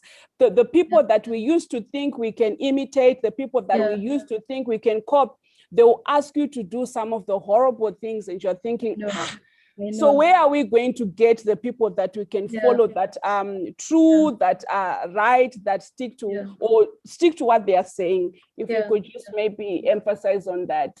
Yeah, and I totally agree with you, Precious. This is the most difficult part, identifying the mentor.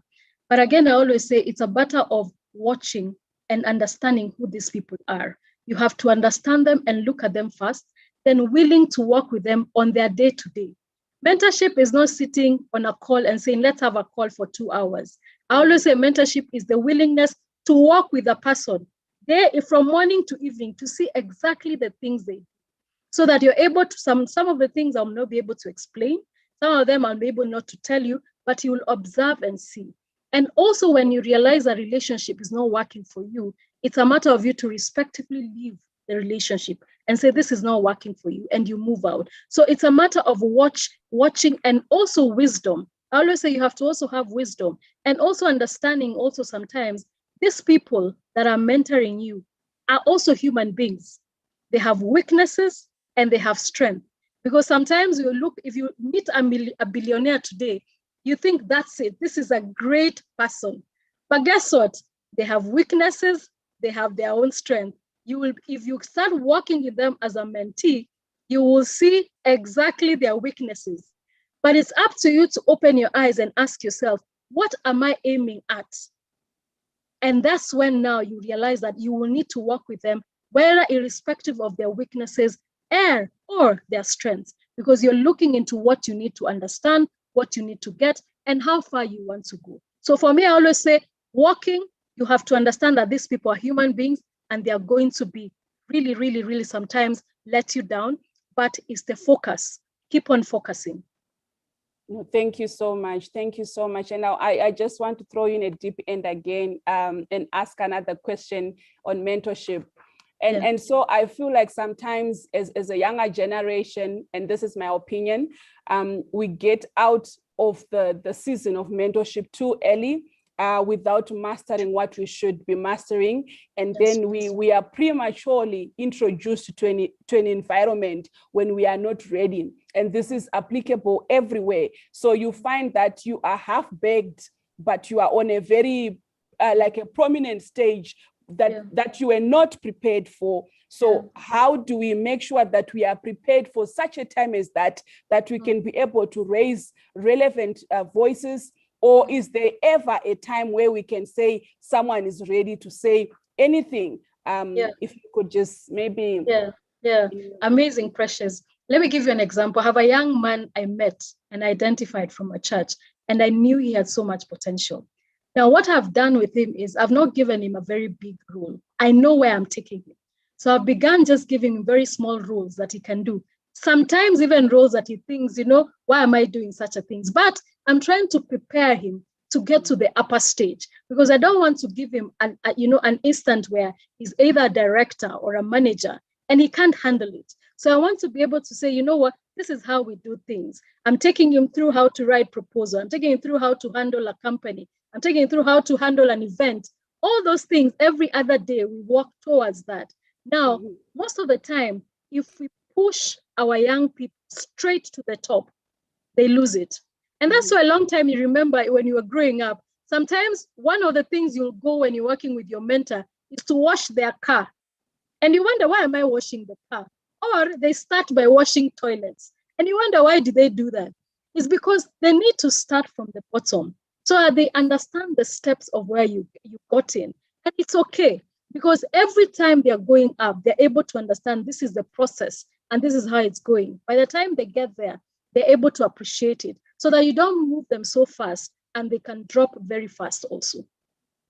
Wow, no, thank you so much. I think mentorship is very important. It will help our generation not to miss some of the critical things that we are supposed to be actively working on and improving ourselves. Because I feel like sometimes we announce ourselves before we arrive and to our detriment. So thank you so much, Ivy. I think you've really poured your heart. We greatly appreciate you, sisters, all the way from Kenya. And yes, I know you've agreed to be our country representative for our awards in Kenya. We are Yes. looking forward to engaging and collaborating even more. So yes, next we are going to have my brother from Cameroon. I must admit, you are so diligent. You logged in right on time. You've been listening to us and you are still logged on, so active, so passionate. It really means a lot to us. I think we have been largely ladies in this platform. So thank you so much. So we have next Mark Evan, who is the founder of the Southern Africa Startup Awards. He's the CEO of Set Up a Startup. And he's going to take us through entrepreneurship and innovation. I know we started off on an emotional journey where we are saying there are challenges, and I know largely younger people have taken to entrepreneurship, but also there have been hurdles in that space alone. Sometimes there are lack of markets, there are lack of opportunities, there's lack of funding, there's lack of self-discipline, there's lack of mentorship. So we are looking we're just expecting to learn a lot from you because we've been in the space. You are helping entrepreneurs on a very big scale. If you are ready, you can take us through. We are expectant. Again, thank you so much, Precious. Thank you, ladies. And I have an issue where people always accuse me of I was recruiting only women to work with. You can see here that it's like I'm the only eye among the blind in the midst of women, just to tell you how women are changing our world, are changing our space. I'm so proud and honored to be here. And Pressure is like, you knew what was going to happen, what Ivy was going to present, because what Ivy said, I think if I had spoken after, I don't think it would have made a lot of sense. But I think Ivy speaking before I spoke, it would make a lot of sense. It will align to what I'm talking about. Again, I'm from Cameroon, originally from Cameroon. In South Africa for the last 15 years. Again, I've made it a home. And I always tell people that I'm a global citizen. I try to make a difference and an impact anywhere I go with what I've learned. I like to start with really wishing Happy Youth Day to all those that are listening, to all the youths. They should know that we are here today because of them. We are in our 40s going upward, and we have passed that stage. We've been burned, but now we do not also want them to be burnt as well. So we've learned so much within the space, and we are glad to share with the youth today so that we can build a better community and a better continent. Our first speaker, which was Sarah, said something about education. She really insisted about education. It's very key. Some of us are fortunate to have also studied here in this beautiful country, all the facilities. And no matter what happens, we know that a lot of entrepreneurs, some of them start mentioning that we don't have to be diseducated, to build a proper business. They start calling school dropout and or whatnot. But trust me, it's very important, it's very critical, especially in the direction that we are going now with innovation and technology that we're doing in this digital space. Education is key. And especially, we talk about entrepreneur in our space, we talk about entrepreneurial education, entrepreneurship education is very vital, especially in schools, universities, colleges, going forward. It doesn't matter whether you're doing biology, chemistry, or what. It is important to have that entrepreneurial mindset of what I can get from biology if I'm not employed. What solution can I bring if I'm not employed to also make a difference in that space? I like what Gloria was saying as well from a political perspective. One of the hindrances which you will see as in entrepreneurship and innovation is poor policies. So we're saying that Gloria mentioned that youth should really get involved into policy. Yes, because when we get involved in policies, we push the government to define or design policies that support our journey, that support our struggles, especially in entrepreneurship. Poor policies policies have made entrepreneurship very difficult, very intense, and really pushing young entrepreneurs to struggle. So it is very important that we as young people join politics to influence the direction of policies. Now, I'd like to talk about entrepreneurship and innovation. I think the world is going digital. We keep asking the question, where are we? A lot of problems are being solved now using technology. As most of them are SMEs, but one of the biggest solutions, if it were not because of technology and innovation, we would not have been discussing now using Zoom and the rest. So we ask ourselves the question, how do we use technology to solve the many problems that Africa has and then create jobs? Look at the 1.2, 1.3 billion market that we have. And we have a lot of young Africans who have been creating, who have great product, great services, but they struggle a lot with funding. They struggle a lot with finance. They struggle a lot with market. They struggle a lot with scaling beyond their community and above. And the question is why? So to just share with you, I don't know, Dora, can you please allow me to just share my screen? I think I can. Yes. You are a co-host. Yeah. Okay. Yes. So this is who we are as an organization. We say we are putting entrepreneurs first. Everything we do is about entrepreneurship. We realize in many instances that a lot of people have become so selfish.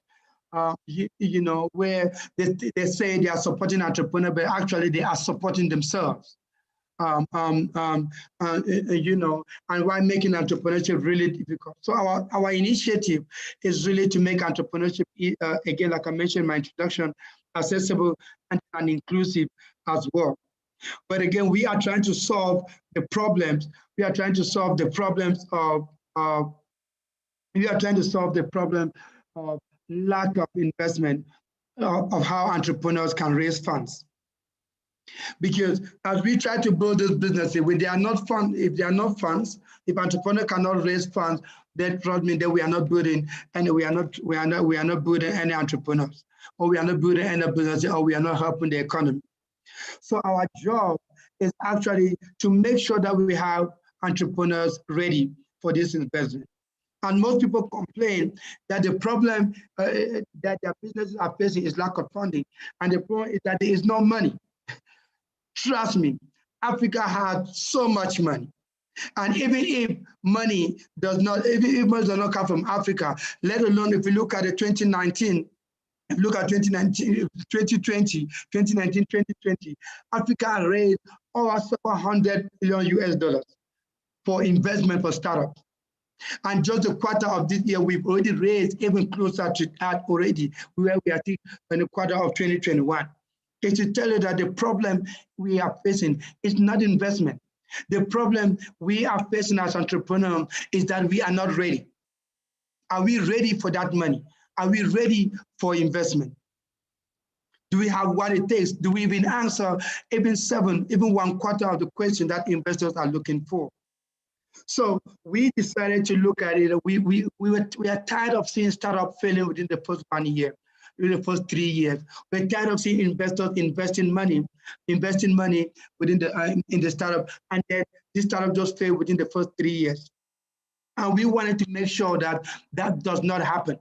And I think that IB has been doing an incredible job in that space, where we then believe that people think that building businesses is just something that you wake up one day and it happens. There is no shortcut to success. To build a proper business is a process.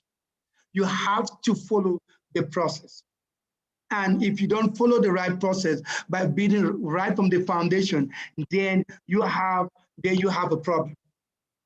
There is just no way that you can skip those processes. So we have looked into it.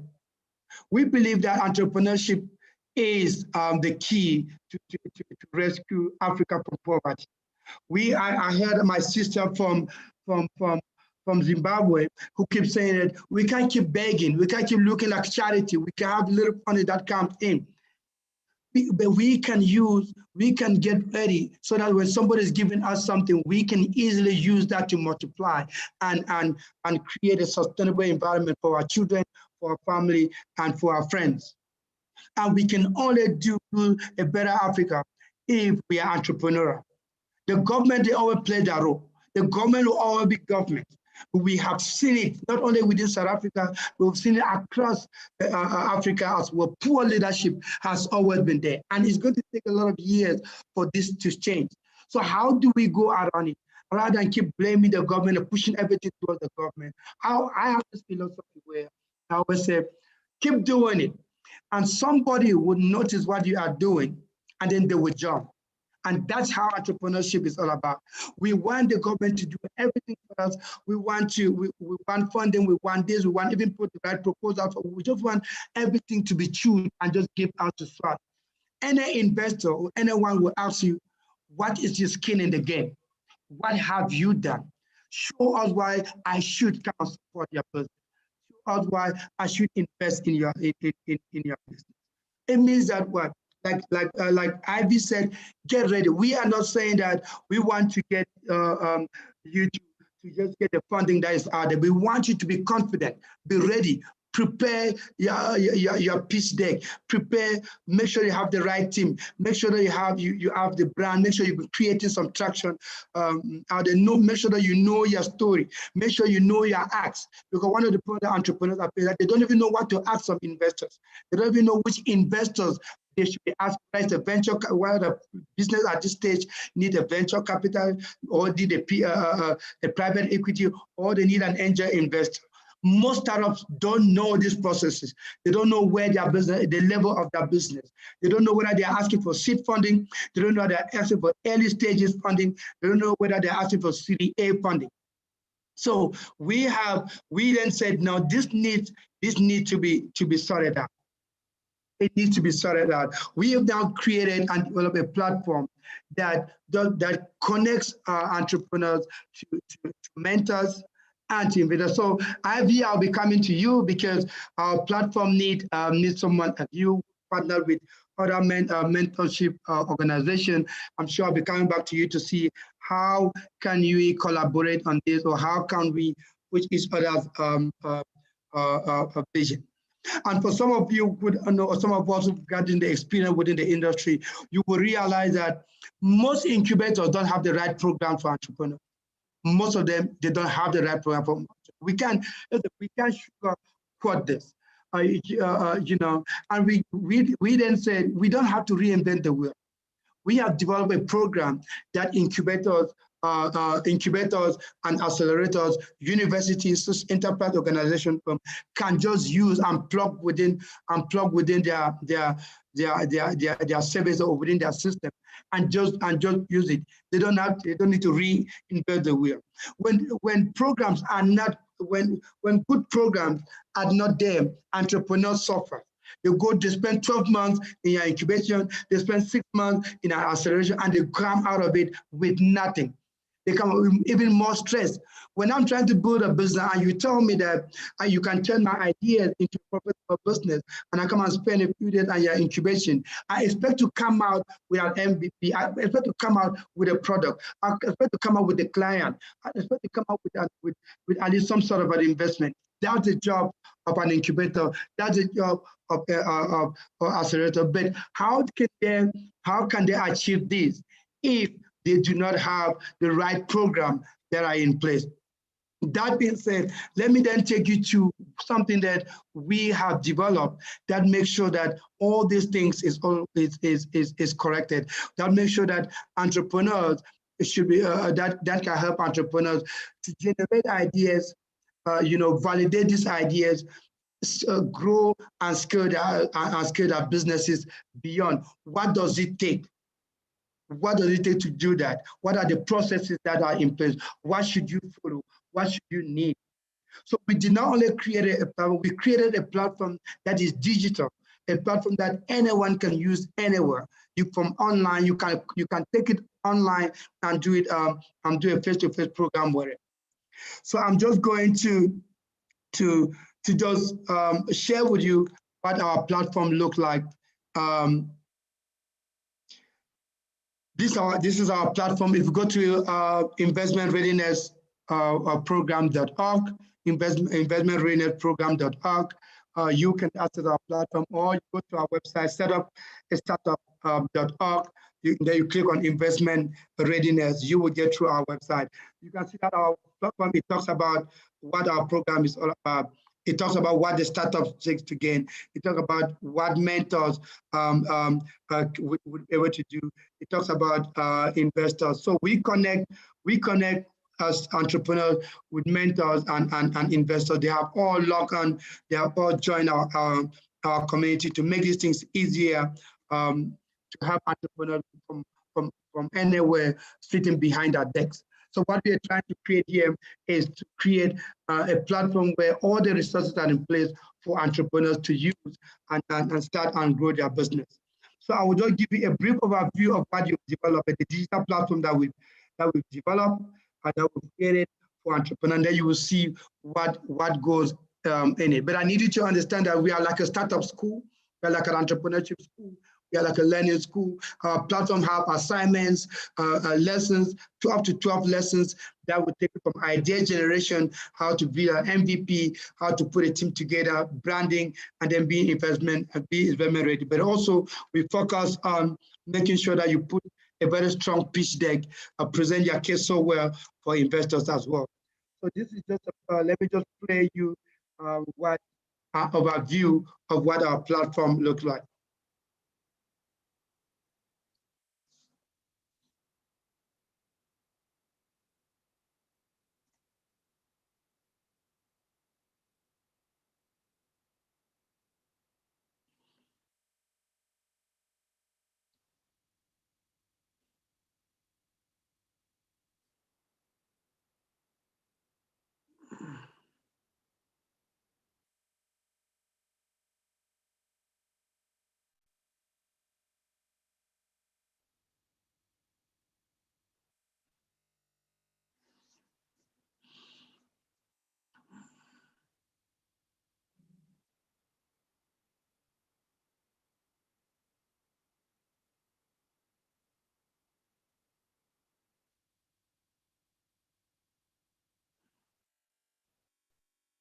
Do you have the video?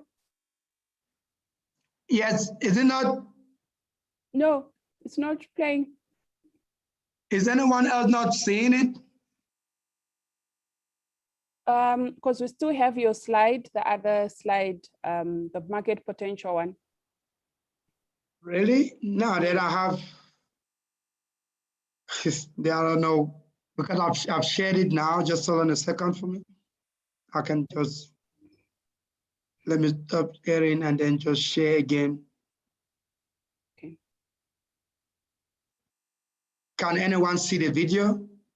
Yeah, now it's fine. Now it's showing. Sorry, I didn't notice. So let me just play what our view of the program looks like, everyone.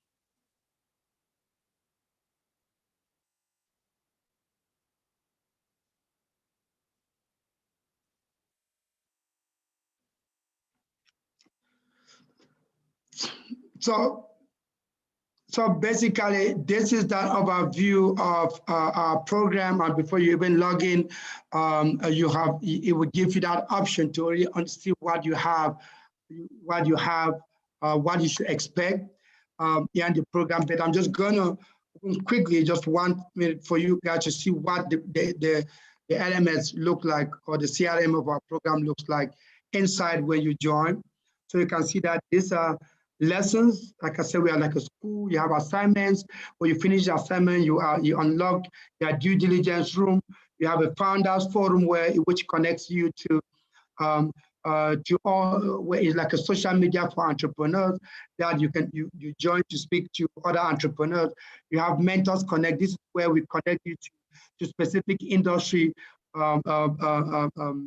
expert that based on what you work on, you have the resources and you have a notification. Again, like I mentioned, if you look in here, you have 12 lessons. Each lesson comes with assignments. You have how you generate idea, how you found a team, how you create an MVP, how you establish a brand identity. So we are saying that we are creating a one-stop shop, one-stop shop for entrepreneurs to just sit there, get all the resources that they need. If we look at lesson 1 that we have, I'm just rushing because of time. When you look at lesson 1 that we have, you have the checklist. It tells you that what you need to complete to finish lesson 1. If you don't understand it from the video perspective, you have also here in the video, you have the theory. If you need more information resources, we've solicited the best resources for you.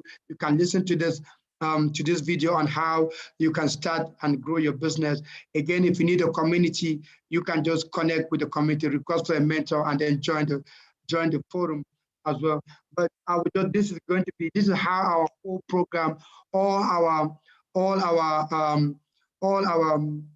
lessons look like, with a short video, with theory out of it. But for instance, if I take you quickly, which is very quick to on lesson 1 on how to generate and validate your ideas, because this is where most startups have failed. The beginning, the foundation, they have failed right from the foundation. They did not get this right. For any startup who is here and who is going to watch it, they will realize that there are a lot of things that they haven't done from the initial perspective of their business. And that's why they have failed within the first 1 year.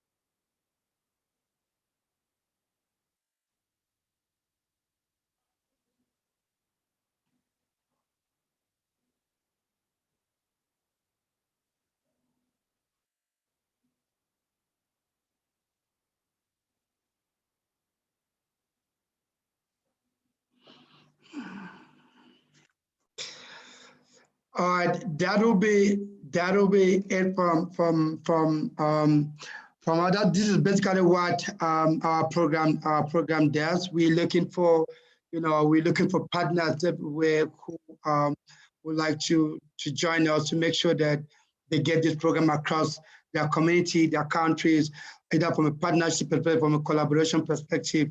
We currently work with different universities as we speak at the moment, different incubators as we speak at the moment. So we look forward to connecting you, whether you're an investor, whether you're a mentor, you can connect to our program. Whether you're a startup, you can also connect to our program as well. But in a nutshell, we're trying to make entrepreneurship accessible to everyone. We want to make investors, startup get investment ready as much as we can, so that we can help startups from not failing, investors from not wasting their money as well. Thank you so much for listening. I look forward to connecting with you. Thank you so much, McKevin. I really think you're doing an amazing work. And also as a GIBS alumni, it's really an honor that we met and connected. I believe there's so much more we can do together. He's going to assist us also with the awards that we are working on, that are global awards, and we are strategically partnering their organization to come in and advise us better. I really think you're doing amazing work all the way from Cameroon, being relevant in South Africa and all over the world. Well done, well done, well done. I also think that, one thing that I've realized that sometimes as entrepreneurs, we feel stuck, not because we should be stuck, but also because we are not exposed enough. We don't have the right information, we don't have the right knowledge, or we are not applying the right knowledge. I also understand that being on your platform comes at a fee. Would you just want maybe to just clarify that in a minute or so? Yes, we've realized that entrepreneurship is very expensive in South Africa and in Africa, and we believe that every entrepreneur has the right to start and grow a business. So our minimum entrepreneurial fee is 3,500 Rand, which is over $200, excluding VAT, for a whole year to access this platform for a whole year, the 12 model, inclusive of mentor, with mentors. Incubators also goes for almost 2,000. If incubators want to license our platform, it goes for $2,000. So we also white label the program as well. If you don't want to set up a startup, if you want it to be only on your you want your company name, everything about your company, you program, we do that as well. We set it up for you. So this program is done. Incubators can use it, accelerators can use it, startup can just join as well at a fee of $200 exclusive of that. Again, like I said, it's for a 12-month period. A 12-month period inclusive of mentors,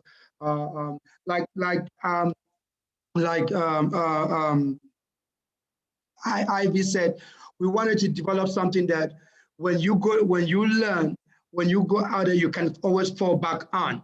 That stays with you for a whole 1 year. And we developed this program this way because not everyone wants to do everything on the program. Some people don't need to understand how to brand their business, how to formalize their business. Some people just need to understand how to put together an MVP, how to put together a team. Some people already have all that.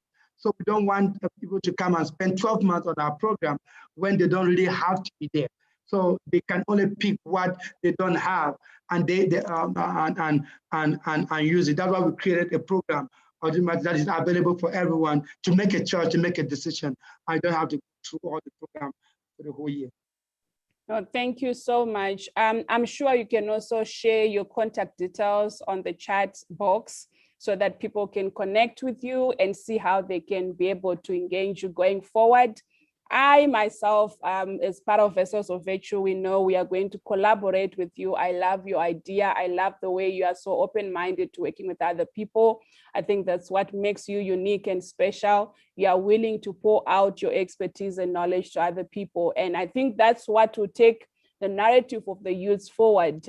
Thank you so much for being open-minded to that. And thank you so much for being with us this afternoon. We're gonna have Katleko Suntani. next, and she's going to talk about the opportunities that are available for youths in South Africa as we commemorate South African Youth Day. Ms. Suntani was born and bred in Palabora, Limpopo, a born-again Christian, studied National Diploma in Logistics with UNISA and currently studying with Milpark. Katlego wears many hats. She has worked in several prestigious positions with ASAPOL. She's an entrepreneur, the founder and director of KPP Trading and Projects Manufacturing Company. She's also a founder of K&K Royalties Clothing More, and she has recently launched a marketing company. She also devotes herself in social upliftment projects in her community. She's also a founder of Women of Noble Wisdom organization, which empowers women from all social backgrounds. Katlego is also a strategic partner with Agripreneur Youth Program, which endeavors to empower the youths. Over to you, Ms. Sundani. You can take us through, ma'am. Thank you, Precious. Firstly, I would like to apologize to all of you guys because I don't know what's happening with my phone. Suddenly, it's not. I can't start the video, and so I guess I'll have to continue without you guys saying me. Earlier on, it was my laptop acting up. Now it's the phone. So yeah, my apologies on that. Don't worry. Don't worry. Right, go ahead. You are perfect the way you are. Thank you. Oh, okay. Wow. Precious, I'd like to thank you for putting me on this platform, for just introducing.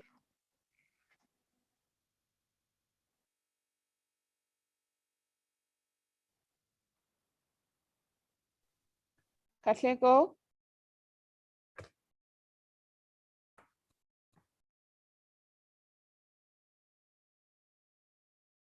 I think she's muted.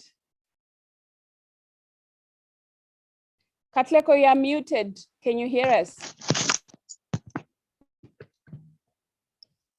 Okay, over to you, ma'am. You can proceed. Okay, sorry. Okay, yes. Yes, thank you for introducing me to these great people. I loved your speeches, and I think they complement each other.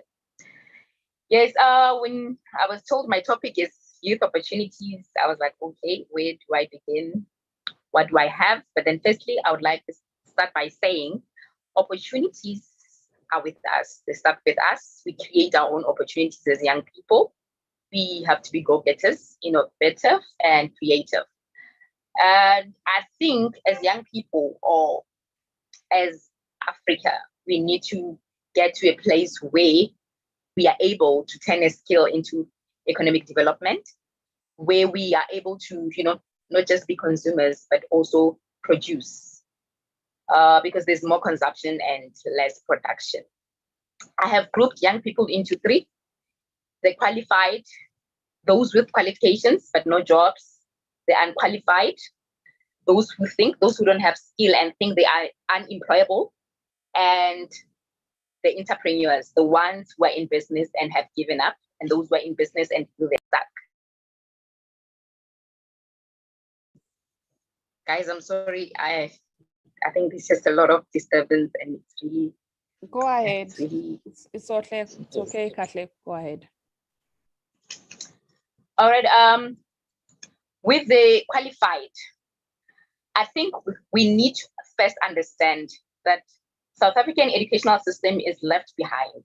It's not on par, with the digital migration, or rather the fourth industrial revolution.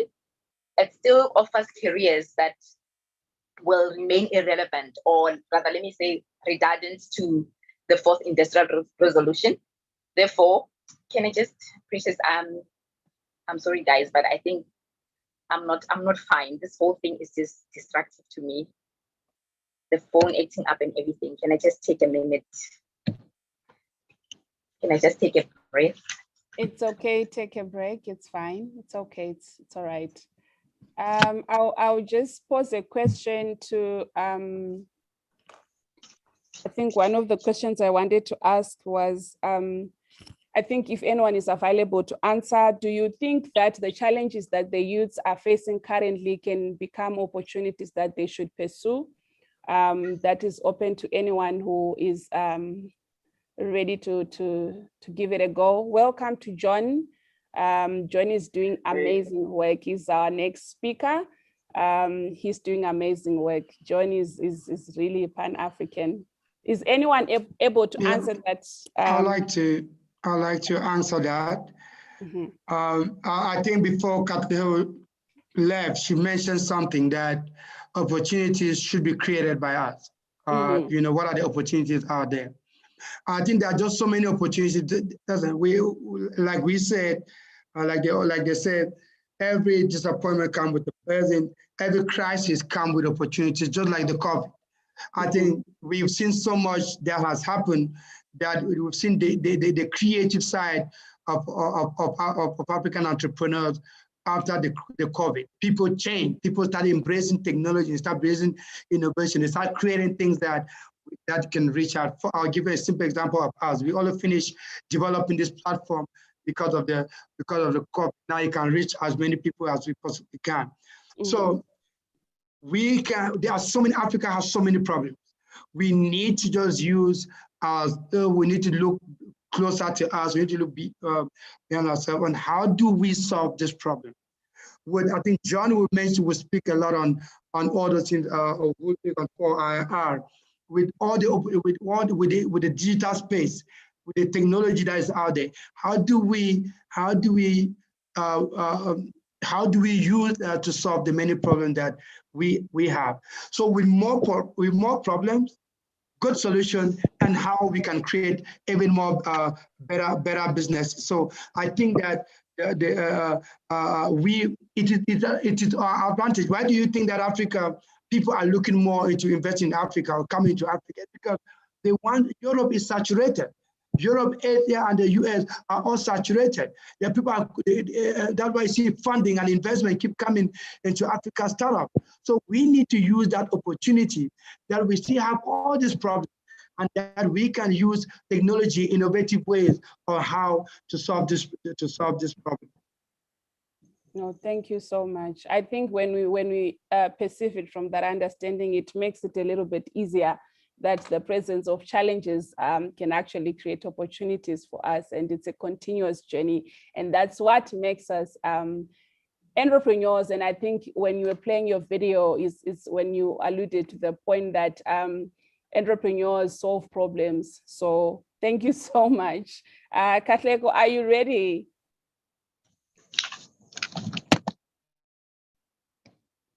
Yes, I'm ready. Okay. Thank you. Oh yes. As I was saying, with I think the education system, the way it has been structured, it has been structured in a way that we as young people, we cannot function outside. Okay, let me talk about the South African education system. We cannot function outside South Africa, you know. So we need, as young people, we need to see beyond the government. We need to see beyond the education system. What I mean by that is, like, if you choose a career as a young person, you need to choose a career that is self-sustaining, a profession that is self-sustaining. You shouldn't go to university for a profession that can only, you know, put you up to be employable, but it should be able to put you up for, you know, if you don't get a job, you can be a consultant, you can start up your own business as well. And for those who don't have skill and think they are not employable, I would say to them, get into, you know, find opportunities that do not need qualifications, get into cooperatives, you know, group yourselves, get into cooperatives. There are many opportunities, funding opportunities out there for cooperatives. And especially with my organization, I deal with a lot, like what you mentioned earlier on my profile, Precious, Agripreneur, a program that I do in Limpopo. I see a lot of opportunities. We offer a lot of opportunities for young people in agriculture. And, you know, we also offer land, and you get funding, you get programs where you are trained, you are being mentored. So those are opportunities that we need to look into as young people, because I think that's also a sector where young people have neglected. They're not looking into it. And that's where we would be producing more. And it will not only be limited to our country, but we'll be also be able to take it out there, you know, to market out there. And yes, basically that's what I can say. And in terms of the unskilled ones, but also when you're there, you don't remain there. You need to develop yourself. And I've been listening to the previous speakers, McKevin and Ivy, you know, with your mentorship programs, with the programs that you guys offer. I think those are great programs, and well done on that. You're doing a great job. And I think those are programs that young people need to get themselves into. Those are programs where you develop yourself. You cannot only say, you know, I'm disadvantaged. I don't have, you know, a good financial background to go to school, and then you need to develop yourself. You need to get programs, you know, you need to get skills that will put you up, you know, for readiness. And there's also something that McKevin said, you know, he spoke about, are we ready?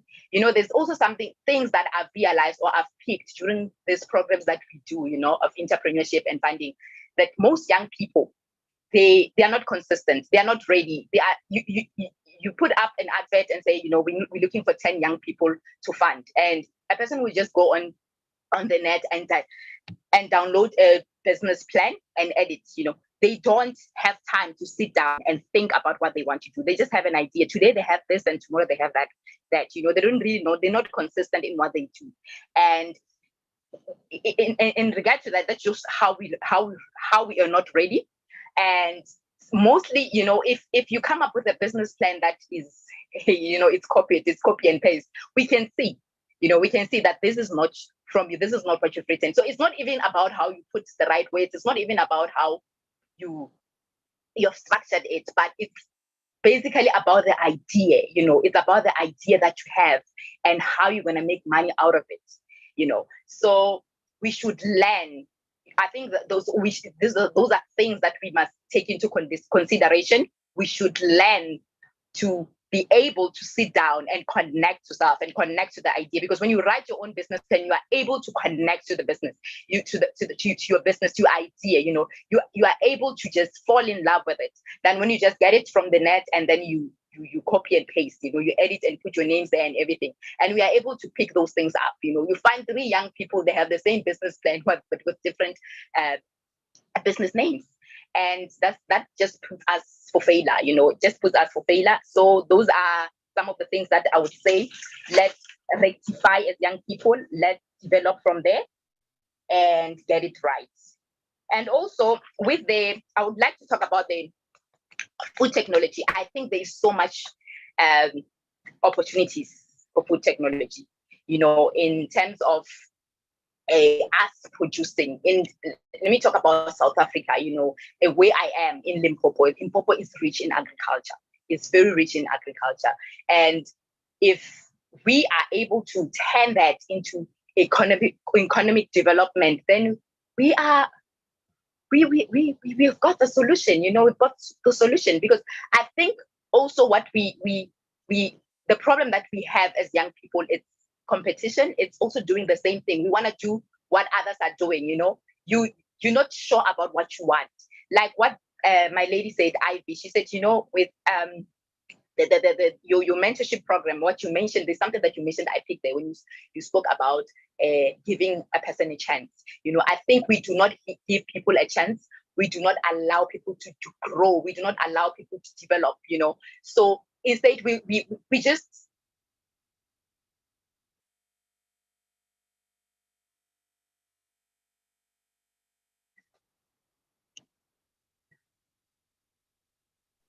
Can you hear us?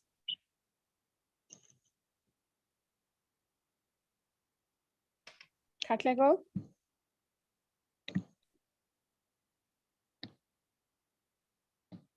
Katlego, can you hear us?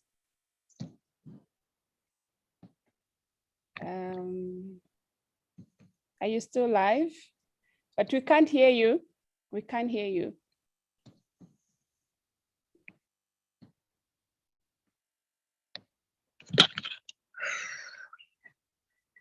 Can you still hear us, Katlego?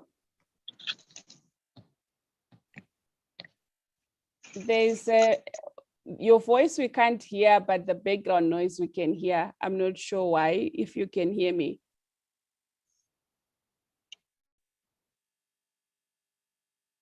Must be Hello. something.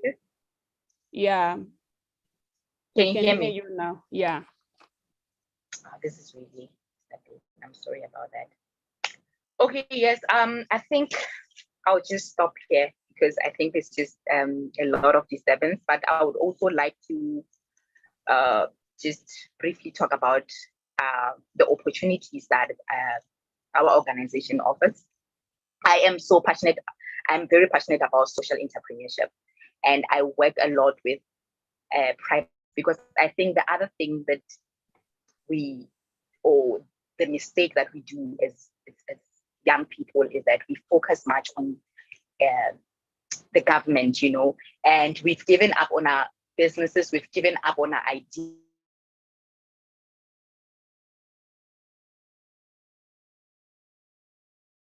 We have lost you again. Not sure if you can hear us.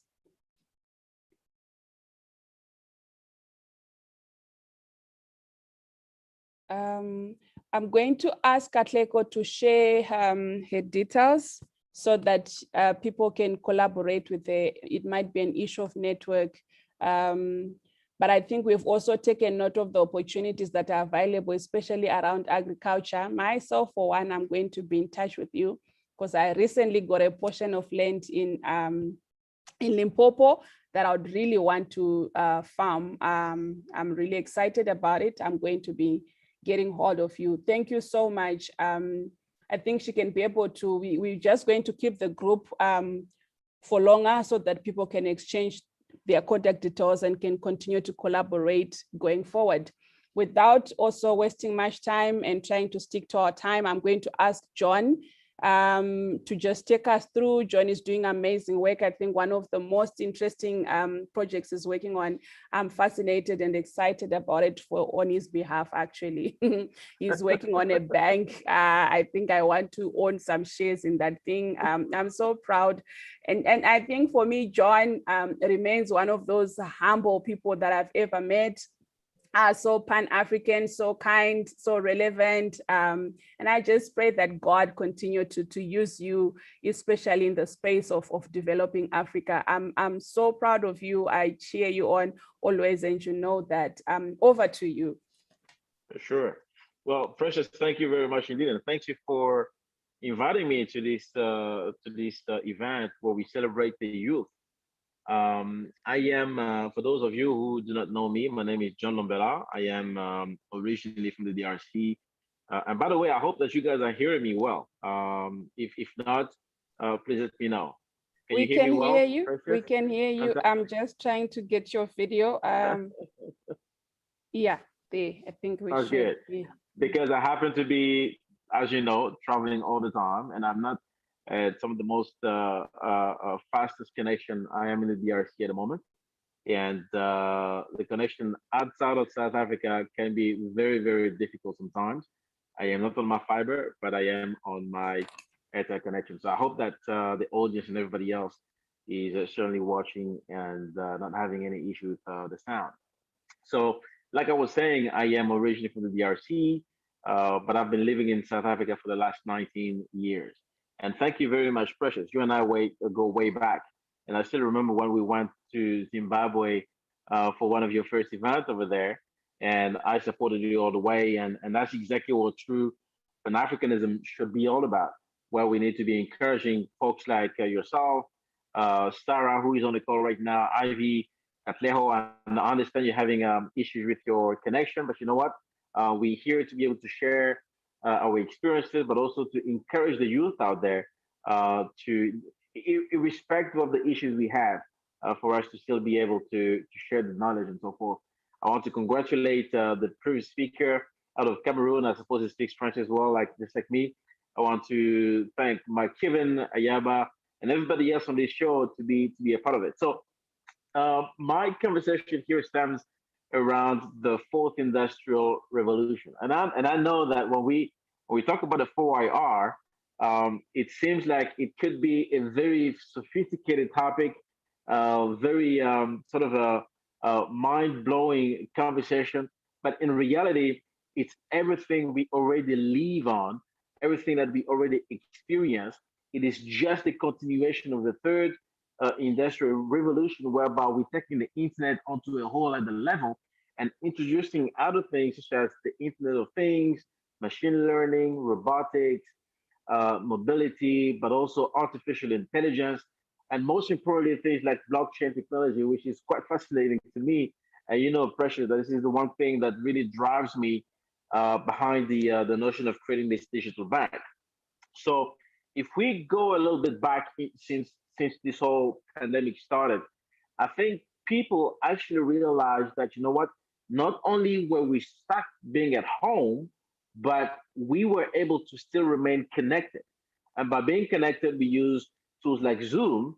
And who could actually imagine that Zoom last year alone in the first quarter actually tripled or almost quadrupled their market share, because everybody realized that all of a sudden there was an application called Zoom that they could actually go on for them to remain connected with their families, for them to start having these conversations online and hosting these events like we're having right now.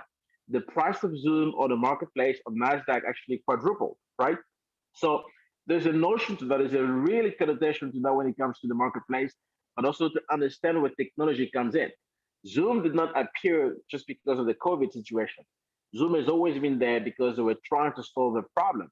They were trying to provide a solution amongst the midst of technology where people could communicate with everybody else, being remote, where there could be the idea of still being able to work, but we feel like we are present in the faces of people, in the minds of people, because we can certainly communicate remotely using technology, using the internet, using fiber, but now using Zoom as a means of being able to portray our messages, to engage with our audiences, and things like that. So the 4IR today allows us to be able to simply leverage technology, okay, using internet technology. Internet technology has always existed, but today, for us to be able to do anything online, we need some sort of internet technology out there. What I encourage the youth today to actually dwell into is for them to learn, at least based on their passion, based on the things that they really are passionate about. And I'm going to give you an example. I was in a meeting earlier on, and I'm going to give you an example as to how the emergence of 4IR technology can empower the youth. And I will give the example of the the art world, right? The digital art. I will give you a real example of how the youth today can take advantage of that exactly for them to be able to make money as entrepreneurs, right?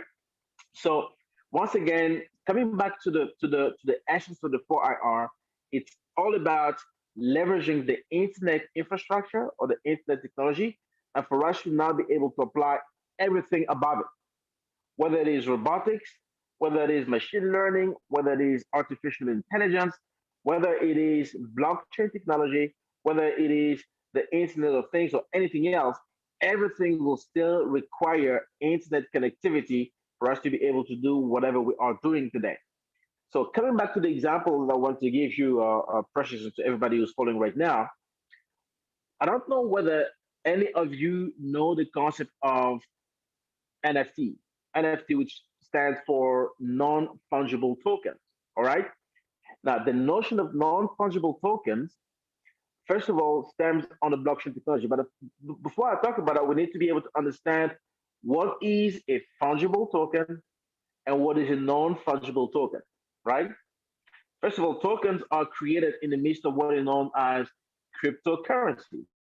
And cryptocurrencies are created by, are supported by a technology called blockchain technology. And the blockchain technology lives on an infrastructure called the internet, right? A fungible token or a fungible asset is essentially something that has a similar nature, but that can be exchanged. I give an example. For example, let's take gold, right? If we take gold or even fiat money, if I have 100 rand in papers of 10, 10, 10, I have 10 notes of 10 rand that make a total of 100.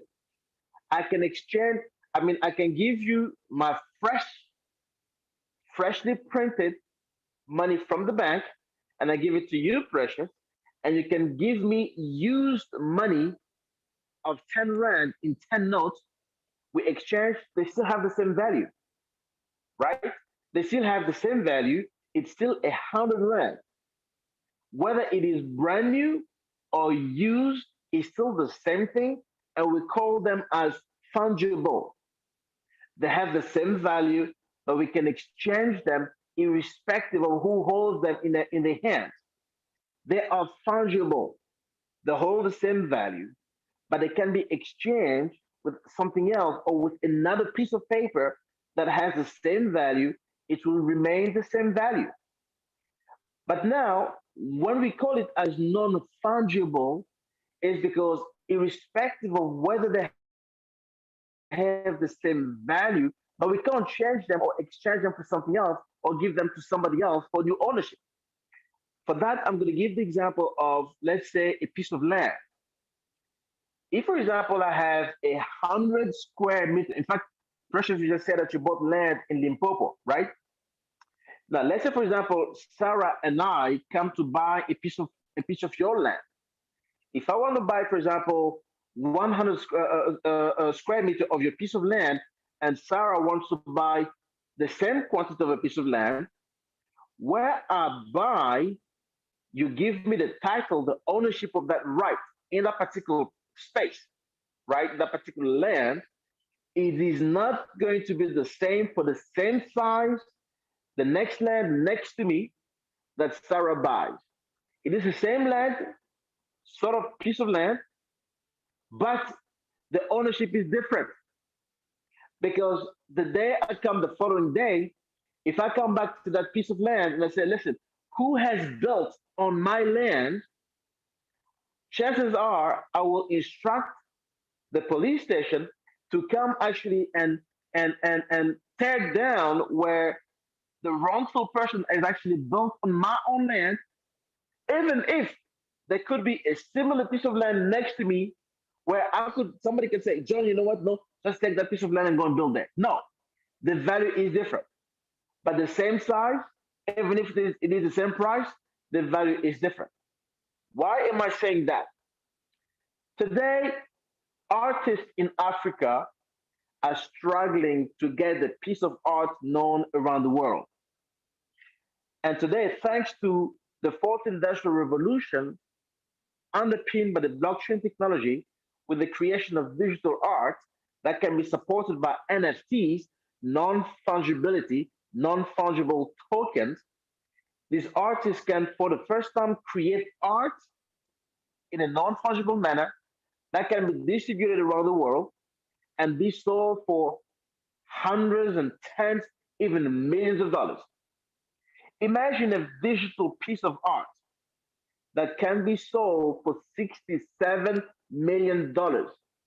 I'm talking exactly of something real, whereby a crypto millionaire just about three months ago bought a piece of digital art for $67.8 million. Now you may wonder, hold on a second, how can anybody buy a almost $70 million piece of digital art? That's because today the crypto world or the blockchain world today is fast enough to promote those ideas where entrepreneurs from around the world can showcase their talents, they can showcase the creativity with regard to everything that actually happens around the digital world. Just about last week, another piece was sold for about $4 million. And just about 2 weeks ago, the Binance platform onboarded about 100 digital artists, of which two Nigerians, and there's one Nigerian currently who is actually creating a digital art every single day, one digital art, and he is selling those art in a digital platform. He is selling them between $1,000 to the maximum that he sold about $14,000. Now, where have you seen an African digital artist being able to create digital art? for him to be able to make per art close to $15,000. Now, while we are in a pandemic, while everybody is staying at home and cussing and being asking the question of, what can I do to find work? What can I do to no, we need to start learning exactly about what technology does and how technology can empower us in our respective field. Whether you are a medical doctor, whether you are a teacher, whether you are an artist, whether you whoever you are, all we need to be able to do today is to learn exactly what technology is able to do today, so we can actually fast track our knowledge. We can actually be known in the world for doing something we love by using technology today to be able to do that. I am in a meeting today, and I stepped away from this meeting for me to take this conversation on this call. But the meeting I'm on right now is to see how we can create a group of young people, entrepreneurs in the digital art industry, in the art industry, to train them about what it means to be creating digital art and putting them on the NFT marketplace, so that they can get the creative mindset known to the world, and we can help them, we can market them to sell the digital art to folks around the world, in Asia, in Europe, in the world, that can literally buy those arts for hundreds and millions of dollars by doing a very targeted marketing strategy to get these people known. And I'm just talking about one industry. I'm talking about the artistic industry, where folks who don't know about the 4IR, who don't know about NFTs, who don't know about digital artistry, can actually learn about its fundamentals and get out to the world out there. Now, I am a software engineer. I've been trained 16 years ago in South Africa, being a software developer. I love technology, but also as a financial expert, somebody who actually dwells in the world of investment. And Precious, you mentioned earlier on that I'm currently working about creating a digital bank. But a digital bank is all about, similar to Revolut in the UK, and similar to New Bank in Brazil, and similar to Town Bank in South Africa, who actually only focuses on the most traditional way of savings and all that kind of stuff.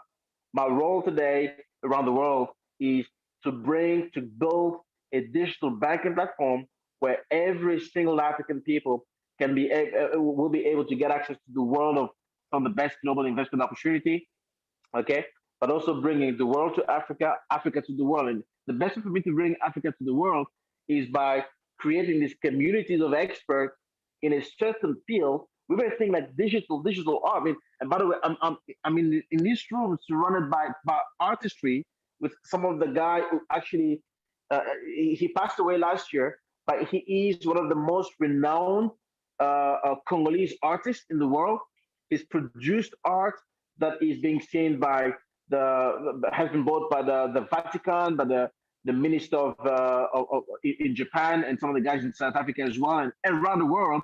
So we're brainstorming here, trying to see exactly how we can take some of these art and put them on the blockchain technology in the form of digital art, so it can actually be sold to the world through his renowned name, and get the people actually to start making money.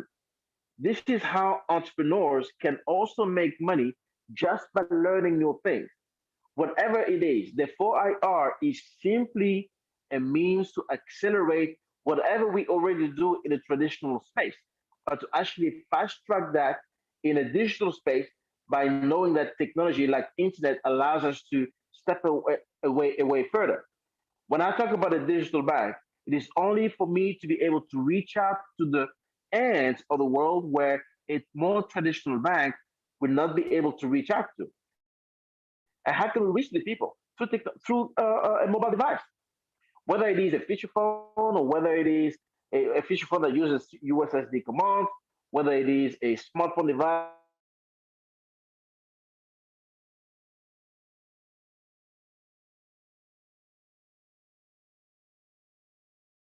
that actually uses the internet. For us, it is all about that actually deserve access to the world's best opportunities that do exist. And that's exactly what I do today. I'm advocating about these things, and I would love for you guys to be essentially understanding exactly what the opportunities are when it comes to 4IR, when it comes to internet, whether it is in a travel industry like Sarah, okay, who actually travels around the world, bringing some of the most amazing opportunities to the people who actually are willing to travel.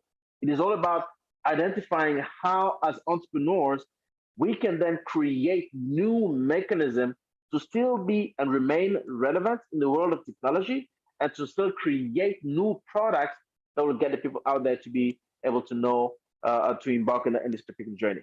All right. So I can say so much more about this thing because I'm so passionate about it. But you know what? I would love to leave the last 5 minutes if there are any questions or anybody who would like to know what I do more or who would like to understand or ask a couple questions. I will be very, very happy to chime in. I've just given you one example out of many, which is NFT.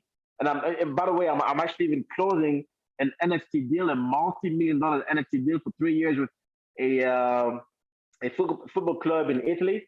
And the news will actually broke out once this is done, and I'll definitely publish that on my news feed. And Precious, thank you very much again for inviting me. And if you have any questions, I will be happy to answer those questions right now. Wow, John, you continuously amaze me, I must admit. For you encourage me. I think you're one of those people I look up to and I'm like, okay, if John can do it, there's hope for all of us. So well done, well done. And I also know that people on this platform, they would also want to know how they can be part of this digital bank. And how they can also affiliate themselves with some of the work that you're doing, especially around cryptocurrency. Would you just maybe want to share a little bit of information on that so that we can see how we can be able to be part of it? And I know that as Vessels of Virtue, you are one of those people that we are going to give our awards to because of the work that you're doing, not because you are my brother, no, but also I believe really in the work that you're doing. So just maybe elaborate on to people how they can be a part of this thing that you're doing actively. Are there fees or anything that people can, yeah.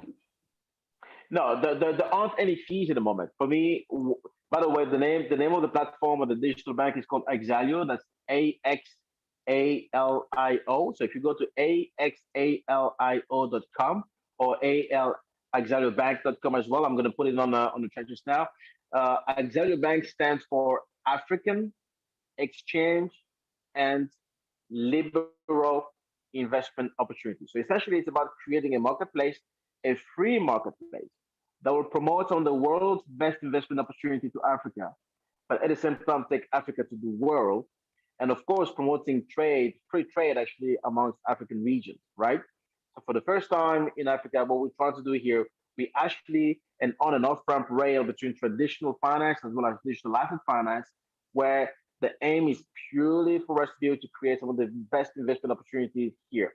Considering, for example, the DRC, where there is no other, I mean, most of these traditional banks claim that they are banks, but literally they are contributing to financial exclusion and not financial inclusion.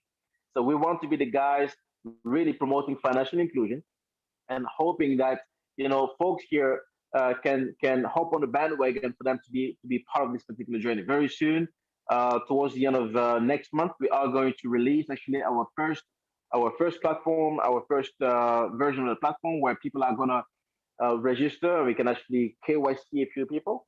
So the idea is you make money on our platform, but guess what? As you make money, why should you actually get out of the platform for you to bank somewhere else? You need to stay within the platform and still do your banking, such as having a bank account, a savings account, or a current account. Actually, even use a particular account to have your MasterCard or Visa card. So you can actually draw money within an ATM or pay online. And you can actually manage a different portfolio of investment. We want to be able to teach you guys exactly how to create your own portfolio of investment, whether it is a diversified portfolio or anything else that you're looking for. And essentially, if you're making money, you're banking, what should you get out there? You should start doing your payments. We want you to be able to do your online payments as well. That's the whole idea of that particular Axalio ecosystem. And along the way, depending on the jurisdiction, we're seeking to deploy in Nigeria, Ghana, as well as Kenya as well. And along the way, pretty soon, the Francophone region as well. And in our roadmap, we're seeking Southeast Asia in countries like Malaysia and the Philippines. So I've got partners over there. And that's the reason why Singapore is actually one of our headquarters for the holdings company. And we seek by 2024 or 2023 to also deploy in Brazil. And by 2024 and 25 to actually list at a stock exchange, because we definitely believe with our model that we are going to reach $1 billion valuation, so we can actually be listed on the stock market there. So the whole idea here is solving some of the issues whereby for the first time we can bring a flux of money, of capital through digital assets into various industries, various countries as well.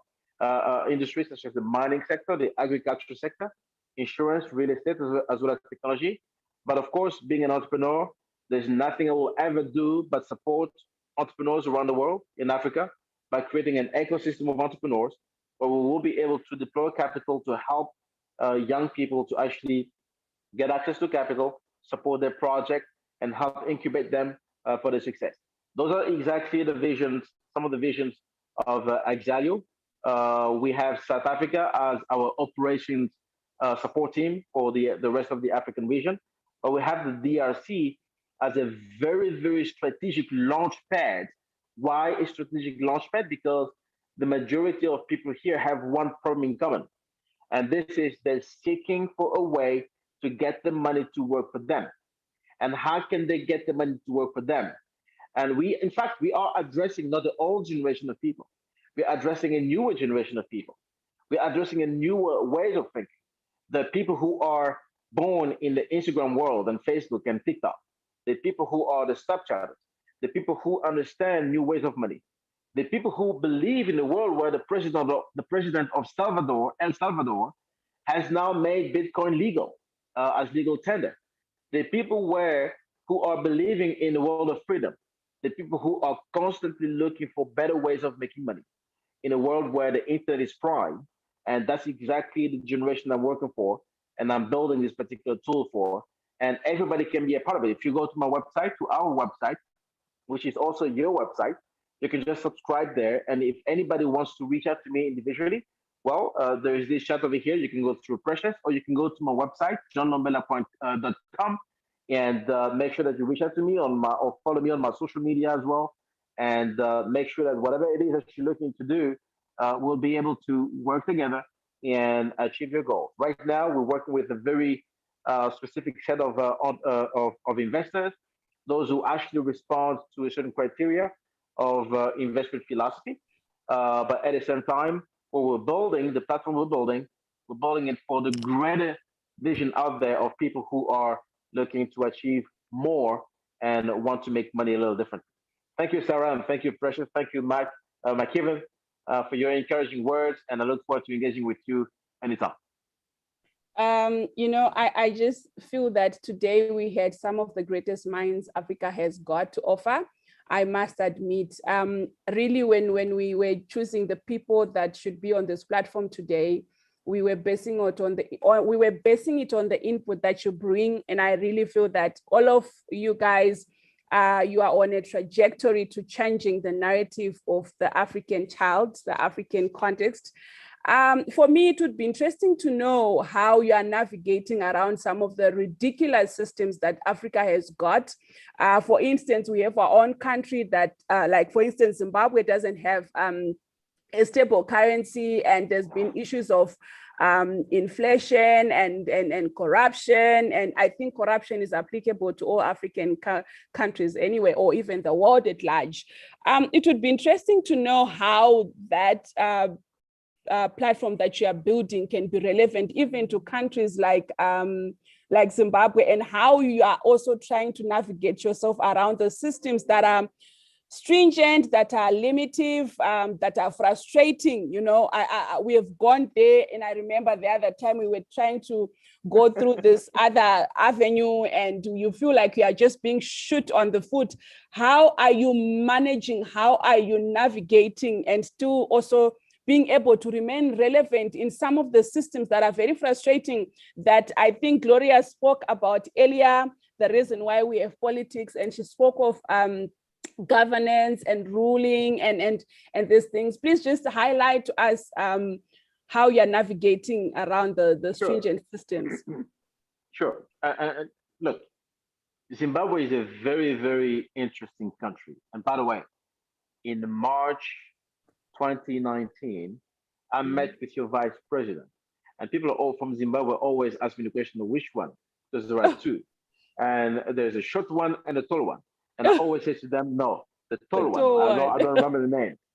But the reality is, on the day I met your vice president, I was supposed to meet your president, but unfortunately, he was away out of Harare, and as a result, I ended up meeting with your vice president to discuss with him exactly about our strategies behind implementing a digital currency for Zimbabwe, a cryptocurrency for Zimbabwe, helping them to actually curb out this economic crisis they are in.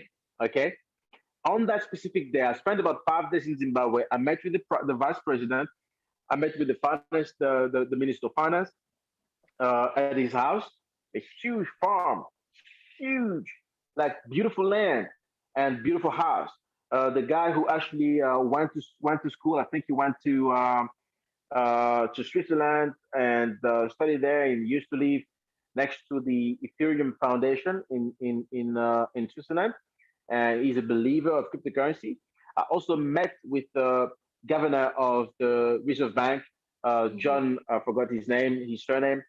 And I also met with the Secretary General of the ZANU Party, and I met with a senator as well in Zimbabwe. So just to let you know that my trip there with a team of guys was to emphasize on the importance of implementing digital currencies in Zimbabwe. And at that time, I'm not too sure if it is still of practice today. At that time, in order to curb the crisis around the monetary situation, the Zimbabwean government or the central bank or the Reserve Bank implemented what was known as the RTGS dollar. Now, the RTGS dollar, first of all, RTGS stands for real-time gross settlement. This is a system used by central banks around the world to settle transactions on their various ledgers. But they added the RTGS dollar sign for them to be able to allow people to start sending digital value or monetary value using even a future form. And EcoNet has been a pioneer of pushing that particular technology forward. So this is what I said to the vice president. As we were discussing, I said to them, listen, do you realize that, by the way, your RTGS technology could actually be seen as a stable coin that can be implemented on the blockchain technology? Now, while he understood my viewpoint and he was in agreement, and especially the finance minister, who was in fight with the governor of the central bank, they don't see eye to eye. The reality is the vice president understood and realized, you know what? Yes, I am right, but unfortunately, the political issues and the burden behind how Zimbabwe worked and everything else was just an issue. And I also mentioned to him that implementing our strategy at that time was going to allow Zimbabwe to circumvent the US sanctions, but most importantly, to also embark on a journey to remove the US dollar as a prime, because in fact they had actually made it relevant, said, you know what, we don't want to use the US dollar as any currency. We don't want that to be in circulation, okay? In an effort to actually give power back to the Zimbabwean dollar. But that failed miserably because a year or 18 months later, they had to loosen up and reintroduce the US dollar once again. But they understood the only reason why we did not go forward is purely because my partners were Americans. And behind that, they were like, hold on a second. We see that you're coming here with an American guy. And what tells us that the American government is not here sending a spy to come here and look at Zimbabwe's economy through the introduction of your digital currency, and this is going to work. And look, in one part, he was right. But on another, he wasn't really. But what I know for sure, and just like a sheikh in Dubai mentioned to me, he said, John, blockchain technology is a cure medicine for Africa. I do believe wholeheartedly that Zimbabwe, but also anybody else, including the DRC and so forth, needs digital currency, needs the blockchain technology as a solution to our problems. The moment we really implement these technologies, just like El Salvador has done, we are going to see freedom again being created. Right now, the Zimbabwean government is suppressing the freedom of being able to use digital currency. If we look at Nigeria, for example, last year alone, the remittance system had seen last year this month, the remittance system had seen $2.5 billion coming through in 2020. This year, it was reduced. Thanks to Bitcoin, it was reduced to $55 million. How can you explain that? Nigeria is the fastest growing nation adopting digital currency and Bitcoin like no other country in Africa. In fact, around the world, Nigeria is probably topping as the first country in Africa and maybe the third in the world that really embraces Bitcoin and digital currency as a means to do remittances and a means to actually exchange value around the world, right?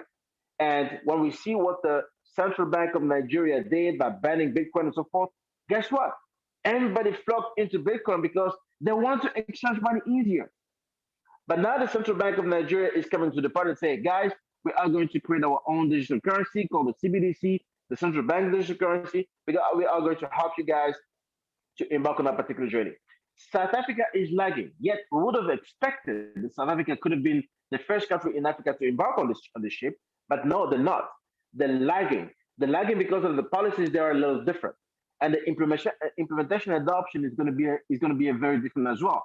South Africa does not agree to Bitcoin as legal tender, but it doesn't condone, it doesn't exclude Bitcoin from being recognized as a digital asset that everybody can trade. So everybody can trade Bitcoin in South Africa, or they can actually hold it and exchange for any value at their own risk, as long as they understand that, right? So we pushes South Africa as being third, just after Nigeria in Africa, or second, I think actually, or third after Kenya, Nigeria, Kenya, and then South Africa.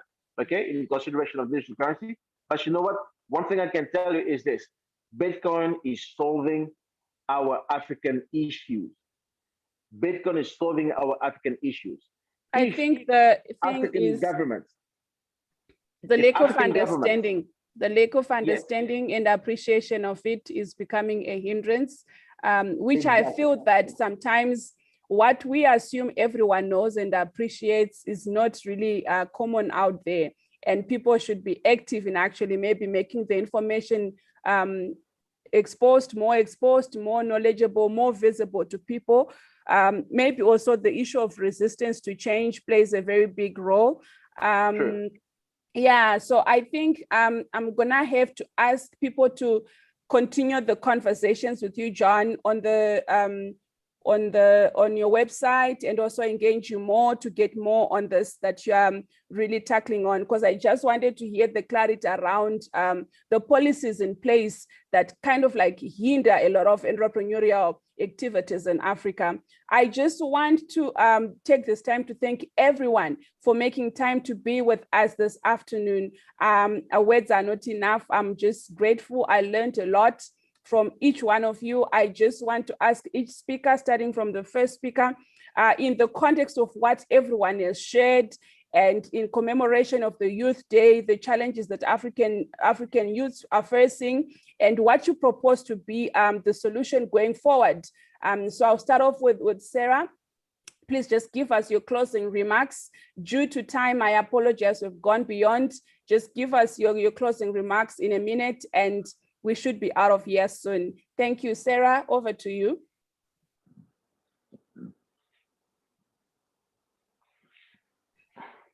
If Sarah is not ready, Gloria.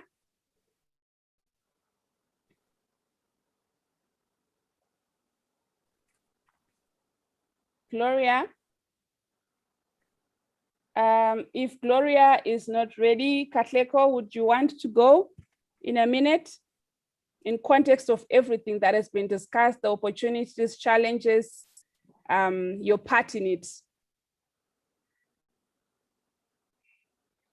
I think they are on mute. I think they are on mute.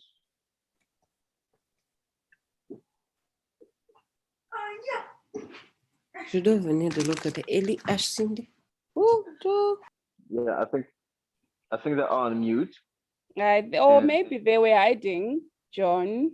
That They could have be been it as well. they have been on the line for a while. So All right, Menthe and Gloria are there. So please go ahead, all right, ladies. unmute yourself.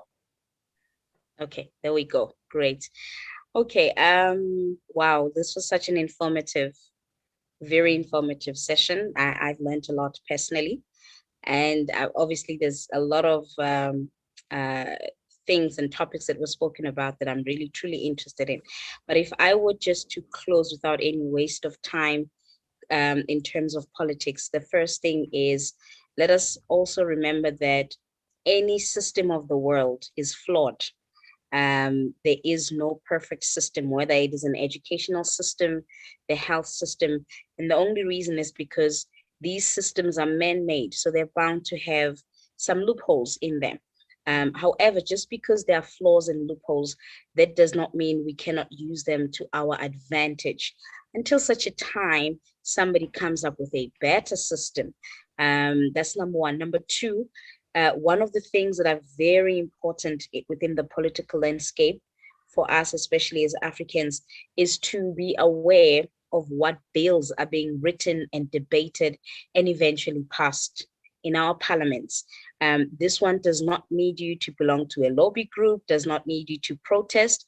If you're somebody who is not for protest, like our host Precious, okay, so you just need to identify and find out what is available in South Africa. There is SA Speak, where you just upload your details and your email address. And thus far, I've been involved in 5 bills.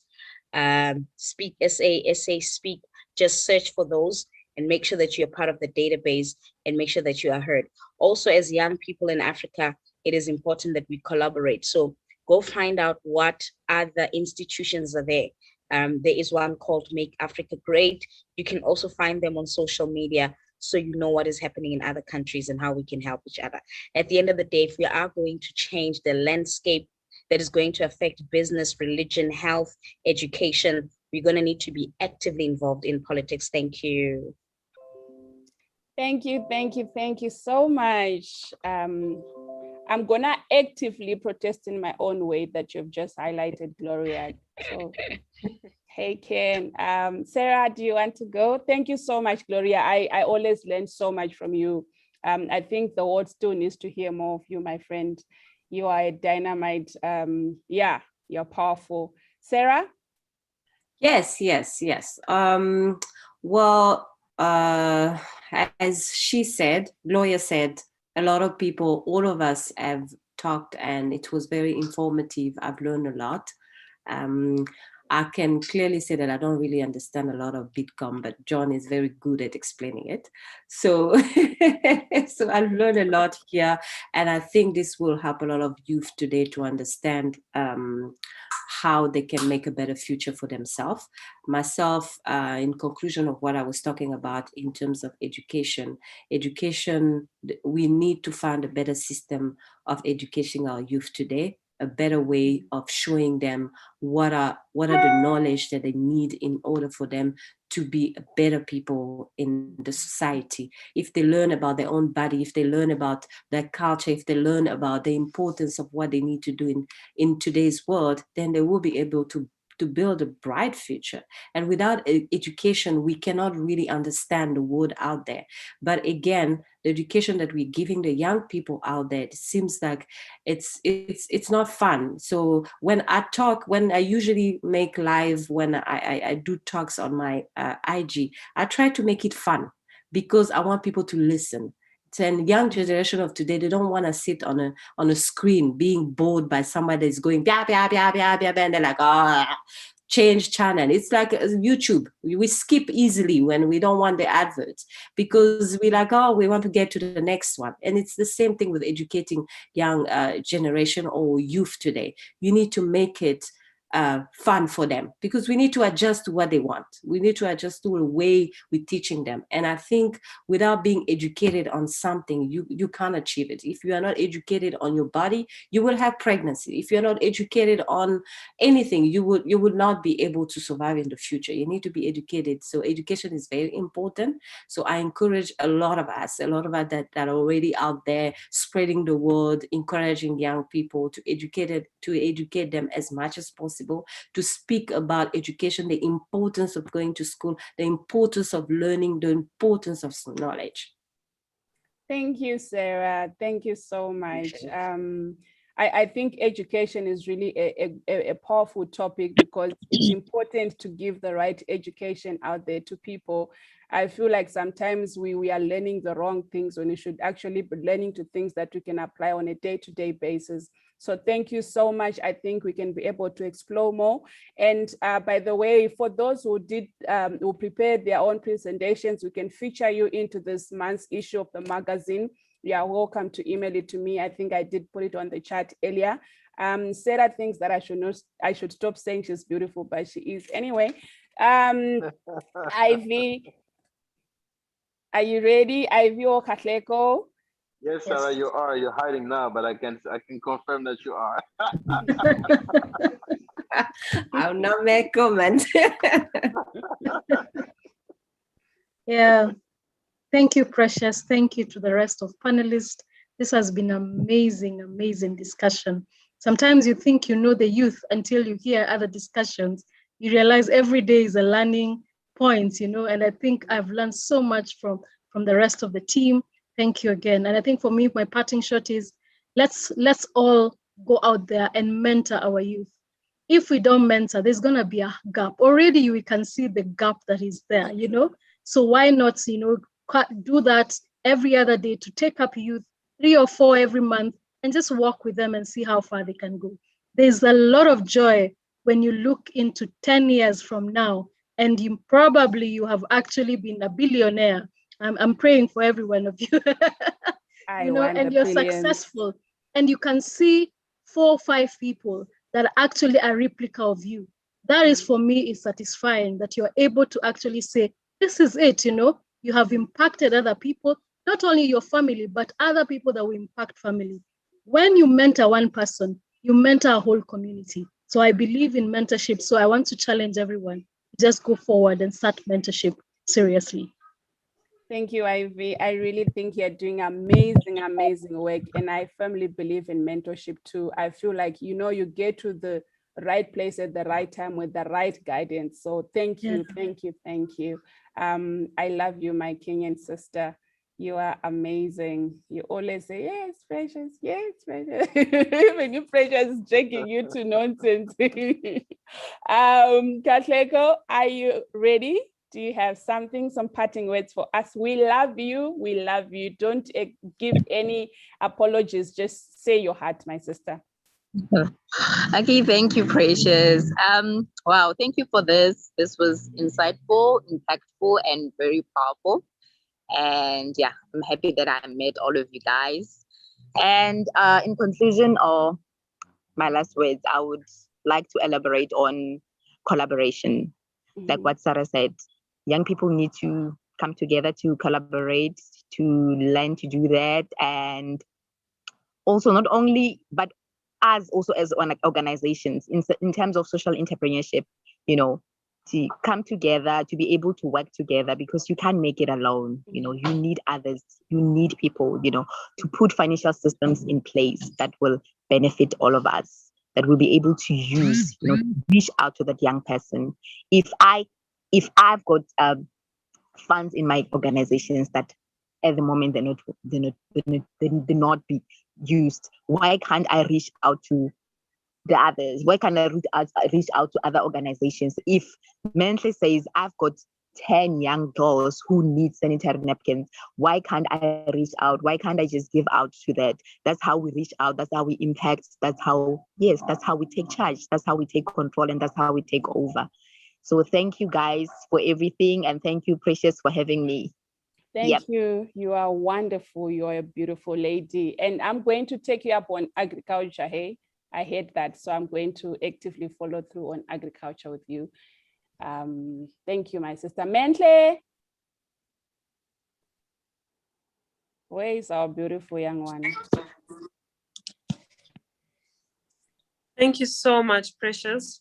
This is probably the longest conference I've been I've been on, but I was here the whole way, and that's because every time someone would come in the office, I'd be like, wait, she's saying something. It was so impactful, and I was really inspired. I think what everyone has to contribute is so powerful.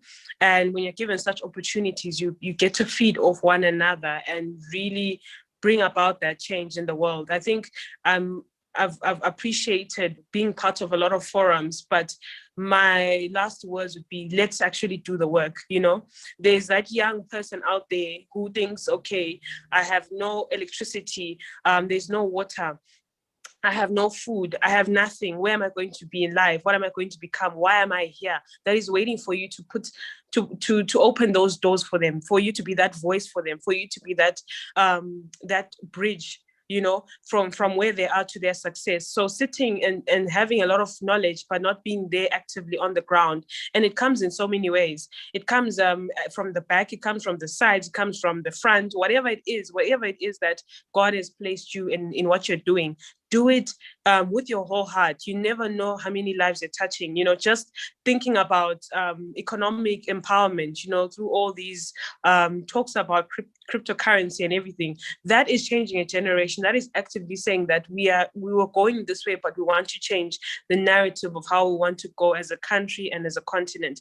So I'm always for being active, meaning what you say, and just it's so amazing when you're dealing with mentorship, you know, in a rural setup, because you get to see that their world is completely different to yours, but you're also able to open up more doors for them, opportunities to say, listen, just by you making this choice right now, this decision is opening up greater opportunities for you in the future, and you get to know who you really are. So all I'm saying is let's be actively involved in changing the narrative for young people, and especially for young girls. In the rural areas, sorry, I always think about the rural areas because it's another world.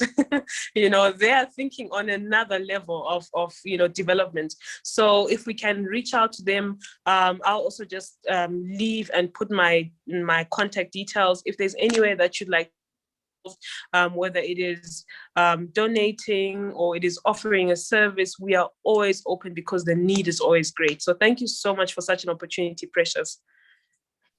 You are welcome, my beautiful sister. Well done for the work that you're doing. Before I give my closing remarks, I'm going to ask John to give his in a minute, then we should be out of here. John, do you have a minute? Are you still logged in? Are you here to give us your... Yeah, I am. Thank you very much indeed for this. This is a great initiative, Precious. Always admire your work.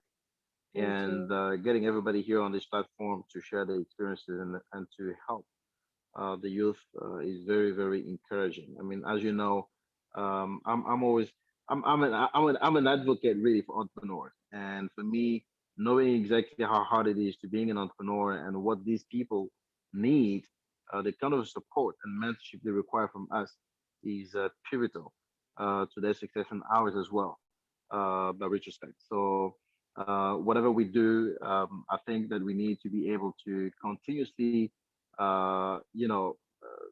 engage in supporting these initiatives, in supporting entrepreneurs, in supporting the youth, who and helping them to be model, to becoming a better citizen, but also the people who in the future will also help future generations to succeed. And that's exactly what I would love to add as closing remarks. When it comes to technology, do not fear technology. Google is there for us to go and search something for us to learn. You don't need to be too technical. I mean, right now, for example, I always say this to people. People keep telling me, you know what, John? how do I invest in Bitcoin? I don't even know how. Please explain to me how it works. I'm like, okay, hold on a second. When you go to Google and searching for information, do you ask Google how the internet works? Do you know how the internet works anyway? And all you do is you go to Google and you search for what you're looking for, right? So when somebody actually creates a platform to make that process easier for you, all you got to be focused on is how can you use that vehicle to accomplish what I am looking for? And that's the reason why the vehicle has been created. So you can get from point A to point B without having to be burdened by how technical it looks. And that's exactly the reason why some entrepreneurs like myself exist, to take some of the most complex nature of situations and to turn them into really easily consumable pieces of data points that we can make part of our lives. And I encourage you guys to go and learn the fundamentals and be part of a greater journey and support all our initiatives. And I look forward to engaging with you on my Twitter feeds or my DMs or my Instagram, my website, so we can actually go a little bit more and further away than what we're doing right now. Precious, I love you very much and I encourage you for this hard work that you do. And may God continue blessing you. Thank you, John. Thank you so much. I love and appreciate you too. I would like to thank all of you for making time. You know, the reason why we are here in our diversity is so that we can kind of complement one another in this entrepreneurial journey. One day I was at I found myself at Gibbs on the verge of giving up on being a social entrepreneur. I didn't even know what was a social entrepreneur for that matter. And until I walked into that class, and it was a class full of people that that were also confused and were also on the verge of giving up. And what I learned from that experience was that the solutions that I needed were actually right with the people that I was with in that class. So that's when I actively began to say, what is it that I can learn from the next person that is around me? What is it that they can offer me? And up to today, I don't regret making that decision. It was one of the best decisions I ever made. So I strongly believe in collaborations. And I also believe that some of the frustrating things that we are seeing that we do not like in our African continent, in our personal lives, we are the people that should actually bring about the change that we desire to see. No one else is gonna do it for us. If it frustrates you enough, you're gonna find a way to fix it. So we are the people, and we should stop looking elsewhere to get the solutions that we want. So I'm excited about the group of entrepreneurs that were on this platform today. I'm excited of the work that each one of us are doing to bring about the change, the spheres of influence that we occupy. They are different and they are diverse, but I believe that when we work together, we'll be able to bring about the change that we want to see. And bearing in mind that the challenges that frustrate us, there lies in the opportunities that we should solve. We should be actively solving problems, and Africa is waiting for us. So as we continue to commemorate the Day of the Youth Child in South Africa, let's just continue to ponder on the things that we can actively do and the things that we can collaborate on, that we can synergize and bring about a good comprehensive change that we want to see. John is gonna need our support in the work that he's doing. I'm gonna need to go on holiday and I'm going to have to contact Sarah. I work on a different projects. I'm going to need Ivy to mentor some of the people that I work with. I need Gloria continuously. She knows that. There are times when you are able to support mentally. I don't mind doing that whenever I can. So I really believe in networks that are very strategic, that are built on trust and good relationships. So I want to thank each one of us today that even as we mentor and coach people, we should also remember that other people are watching us, and the what they are going to implement is what they see us doing. So we should also be active in doing good and demonstrate the good that we also want other people to cop from us.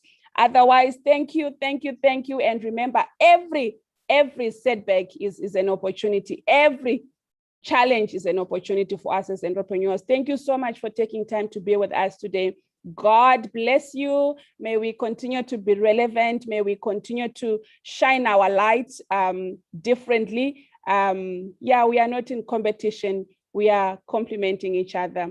Enjoy the rest of your day, guys. I love and appreciate you all. Bless you, bless you, bless you.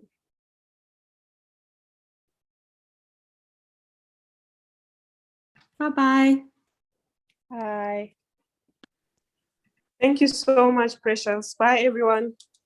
Thank you, Precious. Bye to everyone.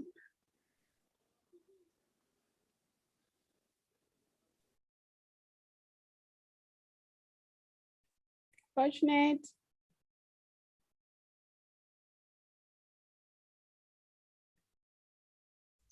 Thank you and bye.